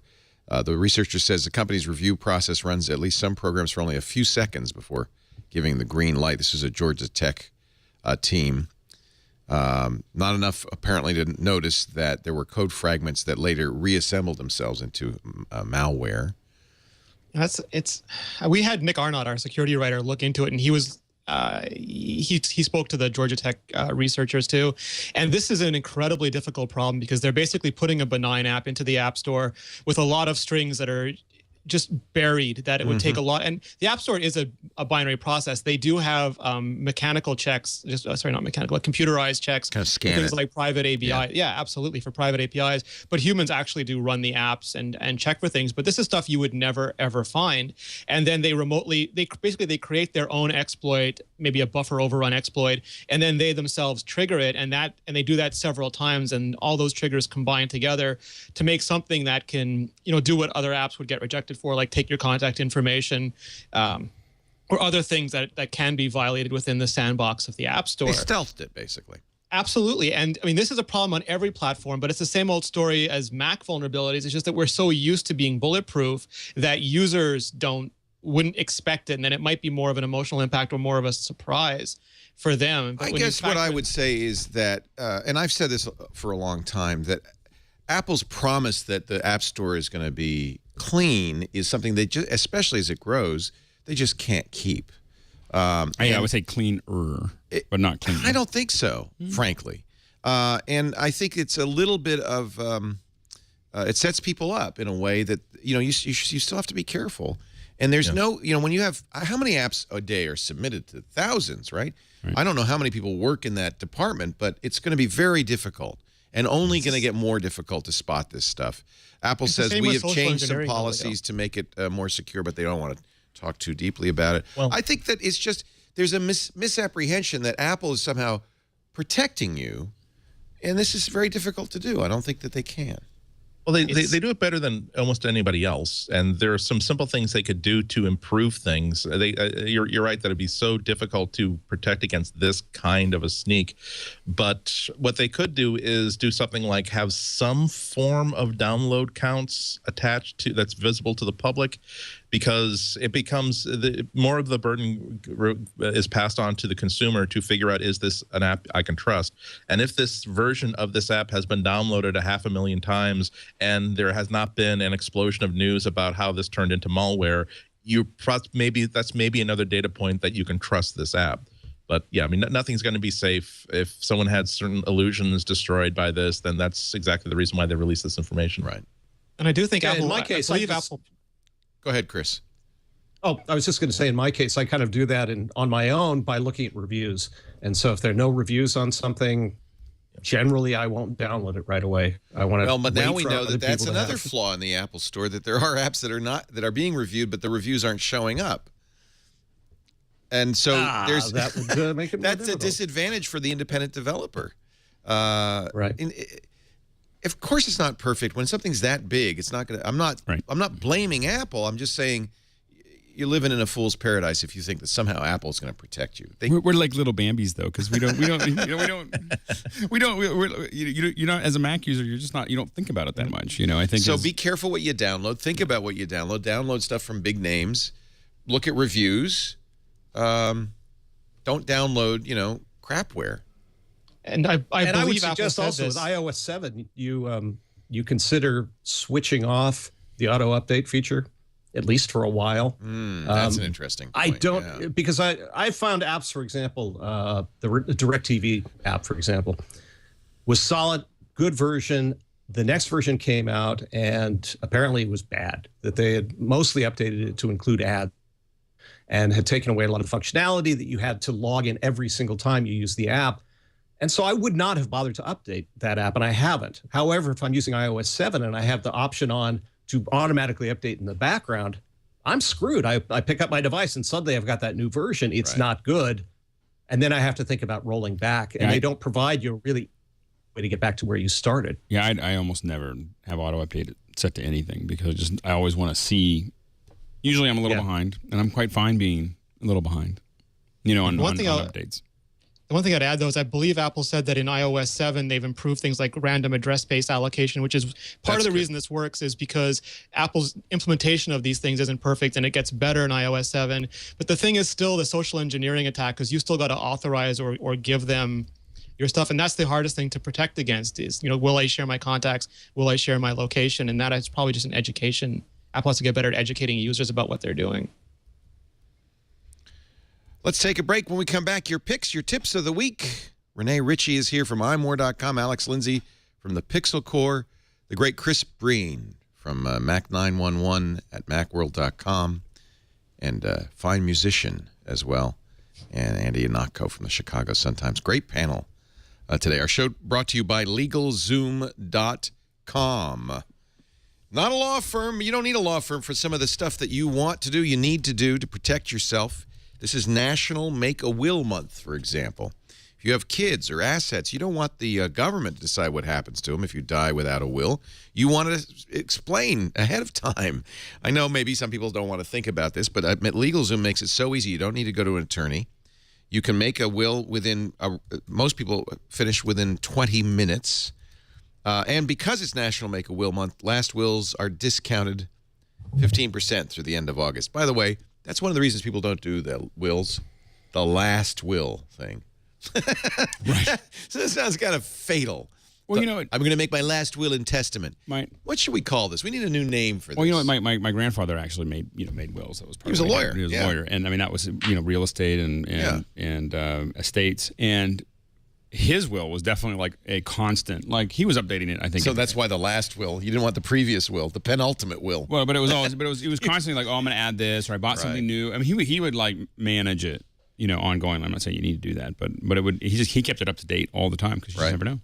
Well, easy to do on LegalZoom, and because they're discounting it, it's very affordable. LLCs, that's where our LLC came from 8 years ago. It still works. It's what we're using. Incorporation, S Corp or C Corp. Trademark. Chad, as your trademark, did you file the Chad did the trademark at Legal. I still need to send them a specimen. He's got to send the specimen. Yeah. Well, no wonder. That doesn't sound like fun. Well, it's legal talk. I mean, that's the government talk and not LegalZoom. The government wants a specimen? LegalZoom is the one that was like, the government's asking for a specimen. No, you have Here's to file. what you need to do. Yeah, there's some government filing stuff. They help you. They walk you through it. Last will, fortunately, no specimen required. No. $69 normally, 15% off right now if you use our offer code MBW. Let them know you heard about it. Other services, $10 off when you use the offer code MBW. And if you do say, hey, I'd like to ask an attorney some questions, they can do that too. Pre-negotiated flat rate pricing from a attorney in your state, which is important. You can read the reviews, unedited, the profile, so you know you're getting the attorney that will help you. I think LegalZoom is such a boon. It's so important. There are other things. You may have already done a will. Did you do a healthcare power of attorney yet? That's really important. Financial power of attorney. Living trusts. In fact, if you do a living trust right now, you'll get a pour-over will absolutely free. LegalZoom.com, offer code MBW. Time for our picks of the week. You like tower defense games. I love tower defense games. Yeah. Have you played Plants vs. Zombies 2? It's about time yet? So I just downloaded it, and I started playing with it. It's one of these, like... It's freemium. Yeah. And I was just like, oh, I don't know if I'm going to do this. You know what? I have to not admit, I was spent a penny yet on it. And I think that, by the way, this was a PopCat game and the great game for the iPad for years. Finally, we've been waiting for a long time for it to come out. Electronic Arts bought them. Right, the king of freemium. People who still owe me thousands of donuts because they crashed my Simpsons game and still haven't fixed it. So I almost didn't buy this, but I thought, well, I'm going to do it for you guys. Right, it's free, and I'm going to see how far I can go. And I've been played almost all the way through the Egypt level. So you're going back in time now. It's very similar if you played the first Plant vs. Zombies, but there's some new stuff. For instance, this is the old game Concentration, right? You flip a panel, and then you match the panel to get rid of it. There's all sorts of new levels, which is kind of fun. It makes it very challenging because, some of the strategies that you learned no longer work. Yes, there are some ways to play that involve spending cash. In fact, let's stop it and go to the store here, and I'll show you. You can spend some cash on this thing. But so far, my experience has been you don't have to. So that's the good news. I mean, I think that the best model that I've seen so far related to that has been actually another tower defense, which is Field Runners 2, where I played for a good solid I got 3 stars on almost every level before I ever spent a penny. And then I started going, I want to buy some, This is the same. In fact, a lot of the money you spend will be more for nostalgia, like buying plants that were in the old game, right? I don't think you really need the garlic or the squash. But the freezing pea shooter, the snow pea. Snow pea, I haven't needed it yet. There's some other stuff, but I agree the snow pea is a very useful. I know you were big Plants vs. Zombies. There are some upgrades, but you can win some of these. In fact, I've won a couple of these already. Well, and that was the big thing with Field Runners that I really liked was that you could get everything by just getting enough points. You weren't buying specific things; you're just buying points. You can't get everything without spending money on this, but you don't need everything that you can buy. Yes. Right. Okay, so that's the main point. If we look at the map, you're going to see that there's Ancient Egypt, Pirate Seas, Wild West. You get to each one by completing enough, stuff on each level. And I think there's a third map. And they announced an update, Leo. The future is coming soon.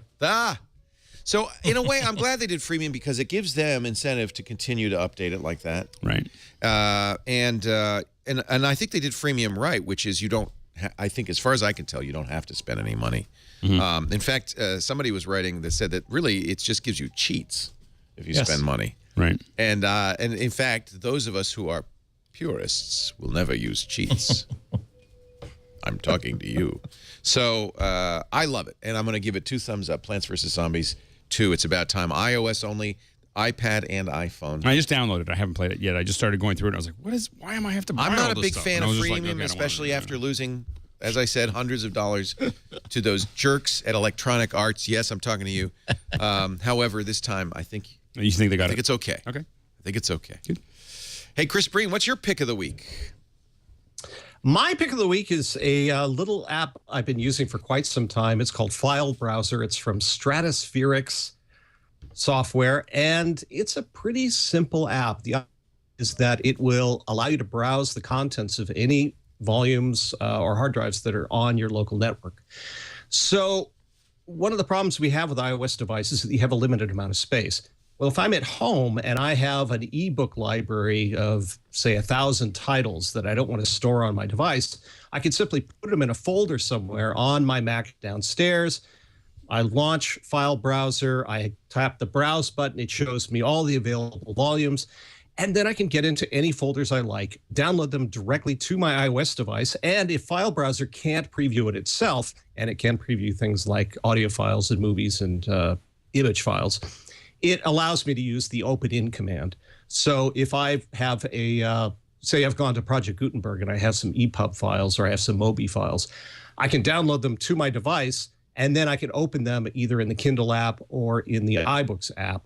If I've found some free comics somewhere, I can use a comic book reader to do it there. Movie files. So instead of having to go to iCloud or some kind of online storage, I have local storage, which is faster. So I can grab a movie that I've put on my Mac somewhere, bring it on over to my iPad, and be able to watch it right there. So it's kind of a simple utility, but one that I find that I use all the time, and absolutely worth the $5. Excellent. Excellent. And it's on the Mac App Store. No, this is actually an it's iOS. What am I saying? All right. Yeah, that makes sense. Thank you, Chris Breen. The Hair of Breen can be seen at macworld.com and on Twitter. There's the Hair of Breen and the Body of Breen.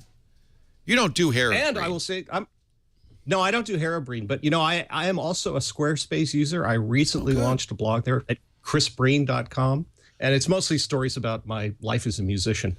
Oh, awesome.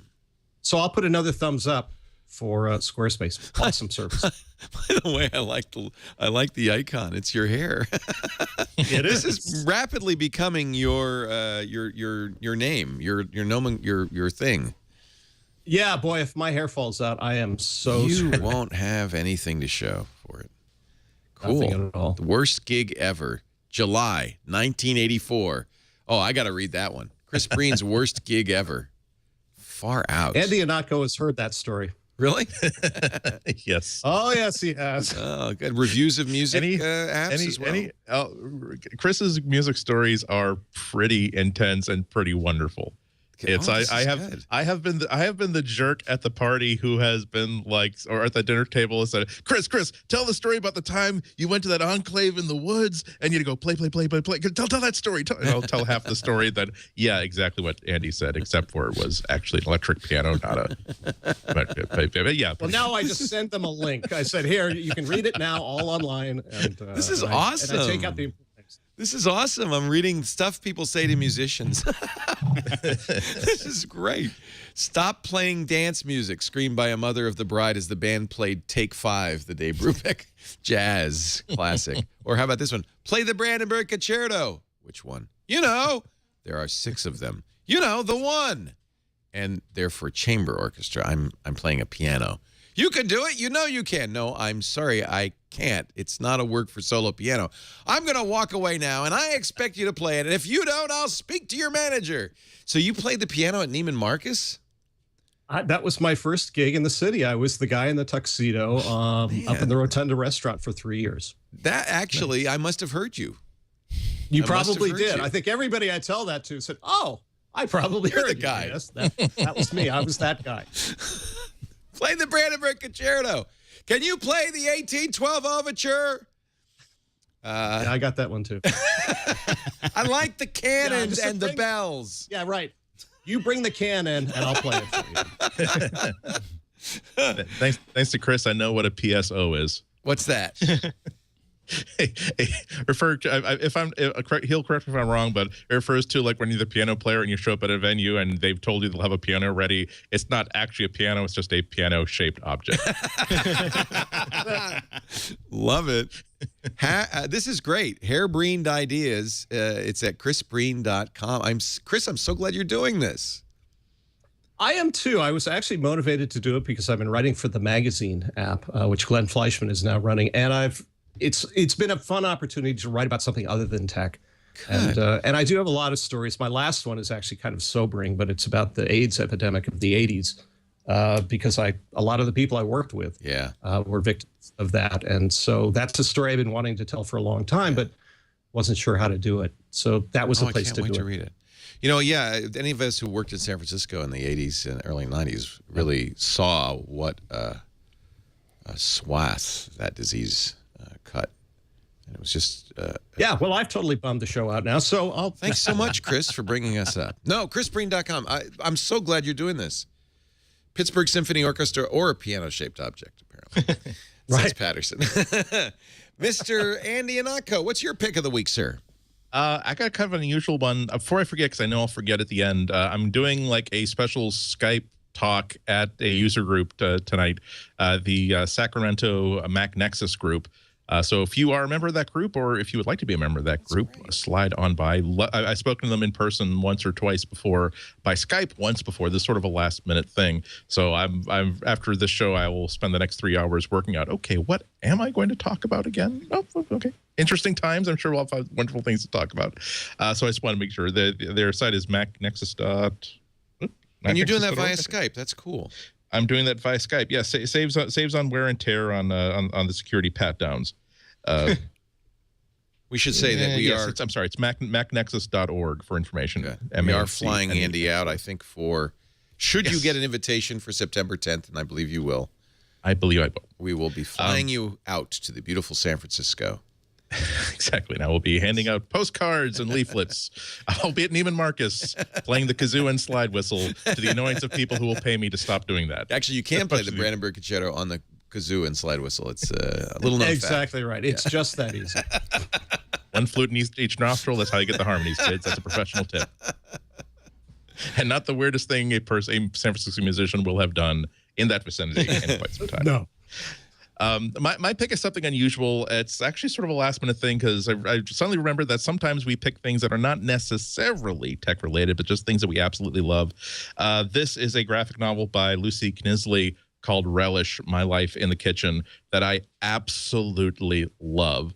She's a wonderful cartoonist, and it's autobiographical in nature, but it is all about her relationship with food as the daughter of a professional catering chef and a father who is just a magnificent foodie in his own right, who just grew up to appreciate great food, but also being a kid realizing that, well, if mom and dad want me to eat this great stuff, I'm also going to appreciate McDonald's food and sugar straws. So, and wonderfully told, this is essentially a couple hundred pages of someone explaining to you why they love a certain thing and doing it with beauty, style, grace, entertainment, and elegance. And because she's not a professional chef, she is a professional cartoonist. She sometimes will include actual like visual cartoon style recipes on how to make certain of her favorite things or her family's favorite things, and so it's just a magnificent book. I've reread it several times, and I'm going to give you a tip. It is available on the Kindle store. It is available on the iBook store. Buy the actual paperback, and this will serve both as a warning and as an indication of how much I love this book. The first time I read it, I actually read the Kindle edition, and because you buy everything on Kindle. Hello, there you go. And so you think unfortunately the publisher of this book don't understand how comics work. So all you can do is see these 2-page spreads left and right. If you tilt it like this, nothing happens. And so that's about as big as you can see it. So what I wound up, but I got so frustrated, and I was rereading this so many times that what I actually did was I screenshotted the entire book and converted it into an open CBZ file just so that I could read it as I feel God intended. Well, this is wonderful. This is the story of traveling in youth hostels with a friend of hers as a kid and discovering these croissants that got her so upset that it's several pages describing the experience of these croissants, and then later on describing getting back to art school, deciding getting so obsessed with it that she's obsessed with trying to figure out how to make these croissants and making tray after tray of failed croissants and eating nothing but pastry for days because she gets so obsessed with it. So again, I hope she discovers the cronut, then it's all over. I'm sure she'll appreciate a cronut. I shouldn't speak out of turn. I don't know whether maybe it was the artist's decision that I don't want people to see full screen. I wanted to see this book as 2-page spreads at all times. I found it easier to read like this, and therefore that's why I'm recommending buy the actual book instead of the Kindle or the iBooks edition. Unless you want to screenshot all 180 pages and then run a command line script to convert them into left and right pages and then convert them into a CBR file. It was 2 hours worth of work, but it was definitely worth it because it's such a good book. Relish. It makes me hungry just thinking about it. I actually had to go. I was like a day after I read this, I was at Dunkin' Donuts just to do like some work because it's a place to go out and it's open very, very late. And for some reason I found myself even ordering one of those like nasty like Dunkin' Donuts croissants because I just need to have a croissant. Croissant. Renee Ritchie, you had a tweet up there for a while. We never did ask you about that. It looked like a CNET tweet. Was there a reason? Oh, no, I didn't I was clicking something because someone sent it to me and it opened up behind me by accident. Okay. I didn't realize where the window was. I thought my whole computer was screwed up. It was very confusing. Now that Renee has a giant screen. By the way, are you guys in competition? Because your screen seems bigger than Andy's. No, I messed up. His screen is much better for what we're doing. I just... Oh, come now. Mine is partially wall now, partially. You're huge. One day you're going to lean back in your chair and that thing's going to kill you. That's what I'm worried. Every time you see that, it's like, okay, that's a problem. He has a squirrel on the top of it. You just can't see it. That's the absolutely. Yeah. So what is your pick, Renee? My pick, it just came out a couple hours before the show, actually. It's Hype 2.0. Now, back before I was a blogger, I worked in enterprise software, and I did a lot of web development, and I used a lot of Flash, especially Flash animation, to create interactive websites when those were all the rage. I mean, this was a decade ago, so it was my childhood indiscretion. You were young. You needed the money. I understand. I was absolutely. I was foolish. But, you know, for a while, just like ActiveX, it was the only way to do certain things on the web. It plugged a hole. And while Flash Video has been replaced to some degree by HTML5 video, the same is not true of traditional keyframe animation, and that was my background, and I always loved that, and a lot of people still use Flash for that. Now, Hype is by a couple people who used to work at Apple, and they put it together. It's got a keyline editor, and it lets you create objects, put those objects along motion paths, create animations and interactivity, and then export it into an HTML file, basically some web code and a folder full of resources. And you could do a lot of the stuff that I used to do in Flash MX, whatever it was. You know, spinning logos, and the new version now has touch controls. It has curved paths, and it has a companion app on iOS called Reflect, Hype Reflect, which you put on your iPad or iPhone, put it next to you, and you can live preview the stuff that you're building, try the gesture controls, and it produces really good quality output. It can't do everything that Flash could do even a decade ago.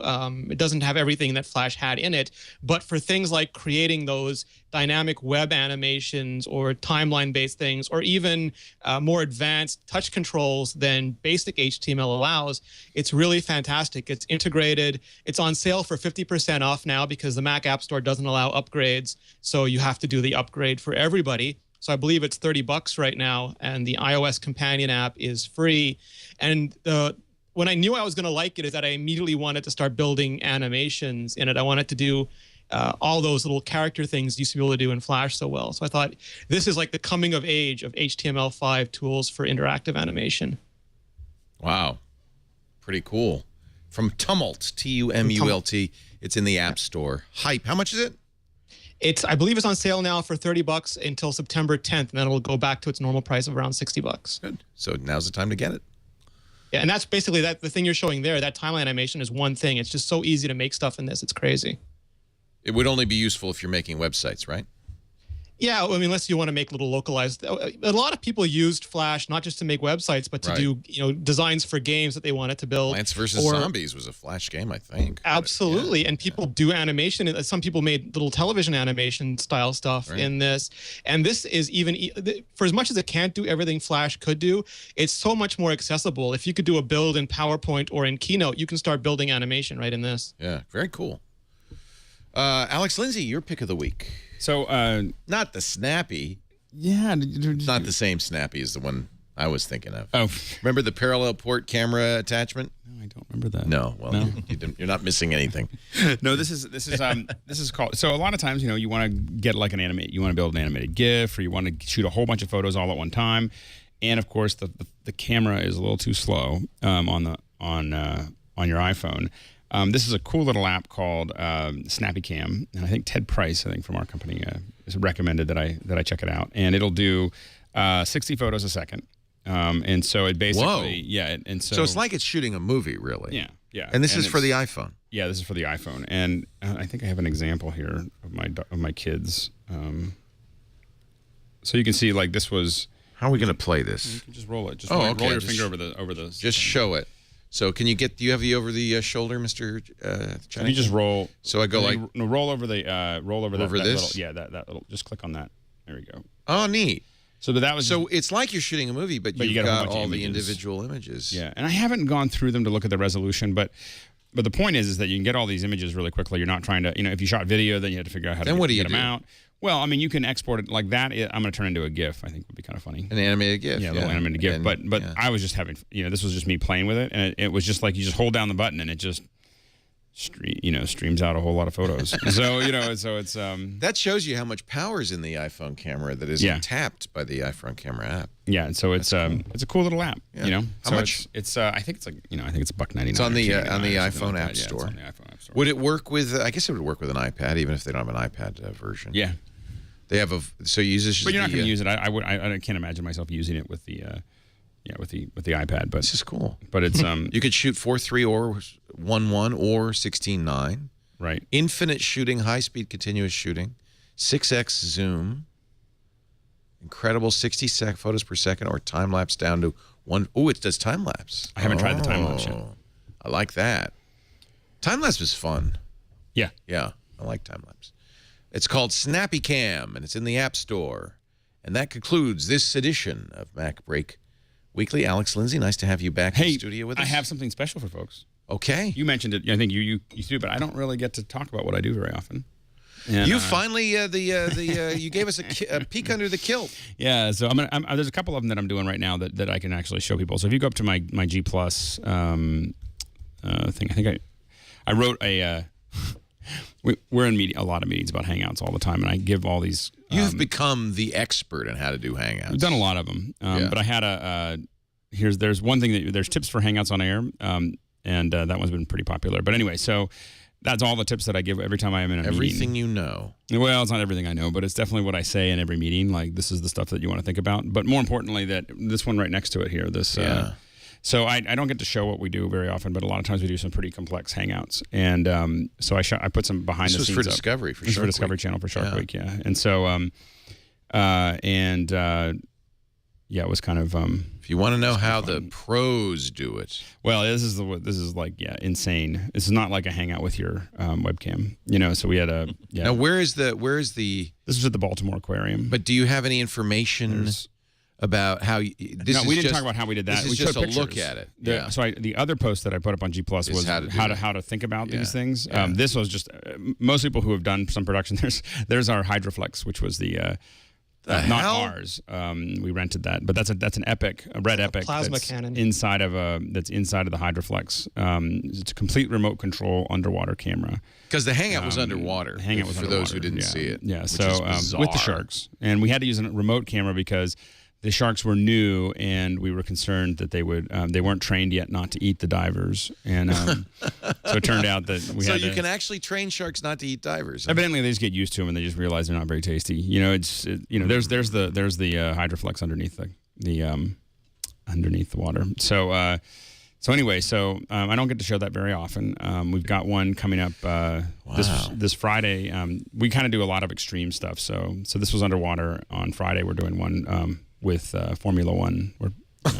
How fun! Yeah. So it's fun. So you actually had to figure out how to do the Hangout underwater. Yeah. And now you're going to do it in a car? Yeah. Yikes!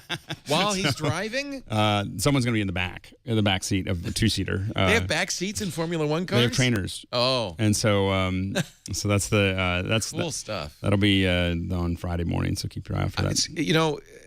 It's fun for me because I see you doing stuff in the basement, and I just don't understand. Like we can't. Well, usually we can't talk about it. It's all like we've got a couple clients that are like okay to do it, but we couldn't figure out why you had a shark tank in the basement. To be honest, there's a lot of underwater. We now can do a 3-camera. We now have the capability.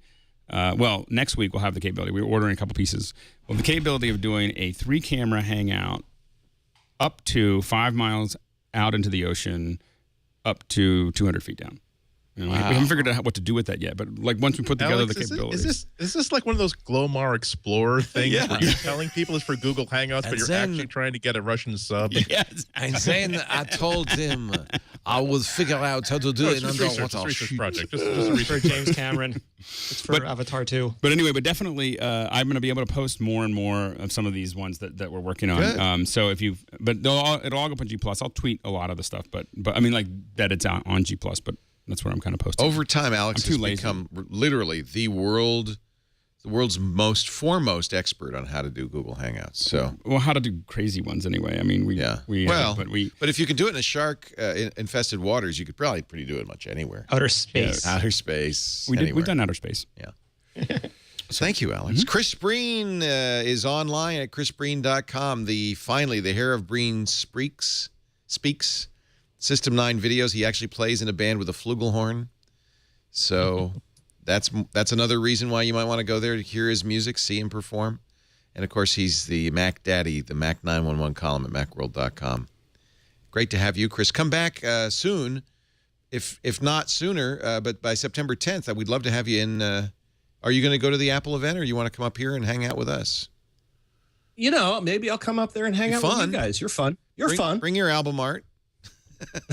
I'll bring the entire library. Yeah, always great to have you, Chris. Nice to see you. Thank you so much for being here. I know it's a little challenging via Skype to be part of the conversation, especially when there's a little lag, but you did a great job, and I really appreciate it. No, I just love listening to you guys. You're all so smart. Come up here. You can be a part of the conversation. That's what I'm saying. I'd love to. Thank you. And, of course, the great Andy Anatko from the Chicago Sun-Times. One of these days, his 1020 review will come out. And, no, you've done it, right? It's done. It's done. I had to push it for the Moto X review, which also had to be bumped because they had a manufacturing problem with my sample. Turns out engraving rude. No, it wasn't a rude word. Apparently, they're not going to be able to engrave when they first come out. They're going to be able to customize, but I just read a story that said engraving. But I appreciate that. I actually got a phone call yesterday from them, and they handled it in exactly the way that you should do that, which is to say, we thought this product has been in beta. We thought that we had the technique down. Right. We're not satisfied with the results we're getting, so we're not going to be offering it immediately, but we're going to be offering it when we've got it perfected, which we think will be a few weeks. In the meantime, we're going to send you your sample as you designed it without the screen. And it's like, great, don't BS me. Don't tell me that. Right. Don't just like stop saying, oh, well, there's a delay. We can't explain why, but there's a delay. Like, they didn't have the little magnetic RFC things you were showing earlier. In fact, when I talked to Guy Kawasaki, he said, "Oh yeah, don't mention that." But now they've got it, and that's great. And so I think that was something they showed us that I thought was really cool. Yeah, I mean they're doing some cool things with authentication. Realizing that the basic concept seems to be there can be many mechanisms to authenticate, and we're going to try to support as many of them as makes sense, as opposed to we're going to put in one magic bean inside here that will either work or not work. But they still don't have a fingerprint reader or solid gold. Thank you, Andy. Thank you, Alex. Thank you, Renee. Thank you, Chris. Thank you for being here. We do this show every Tuesday, 11 a.m. Pacific. That's about 2 p.m. Eastern Time, about 1900 UTC on twit.tv or 1800 UTC on twit.tv. Please join us. We'd love to have you here. But if you can't watch live on-demand audio and video, always available after the fact at twit.tv/MBW for MacBreak Weekly, or wherever you get your finer podcasts, Instacast, Dogcatcher, Pocket Casts, iTunes, all of that. Just subscribe. That way you'll get it every week. Thanks for joining us. Now get back to work, because break time is over.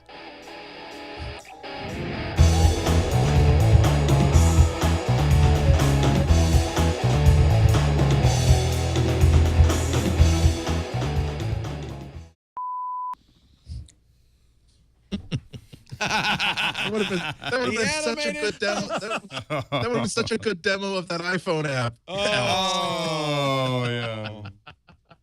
Love that. That's epic. That's great. That's great.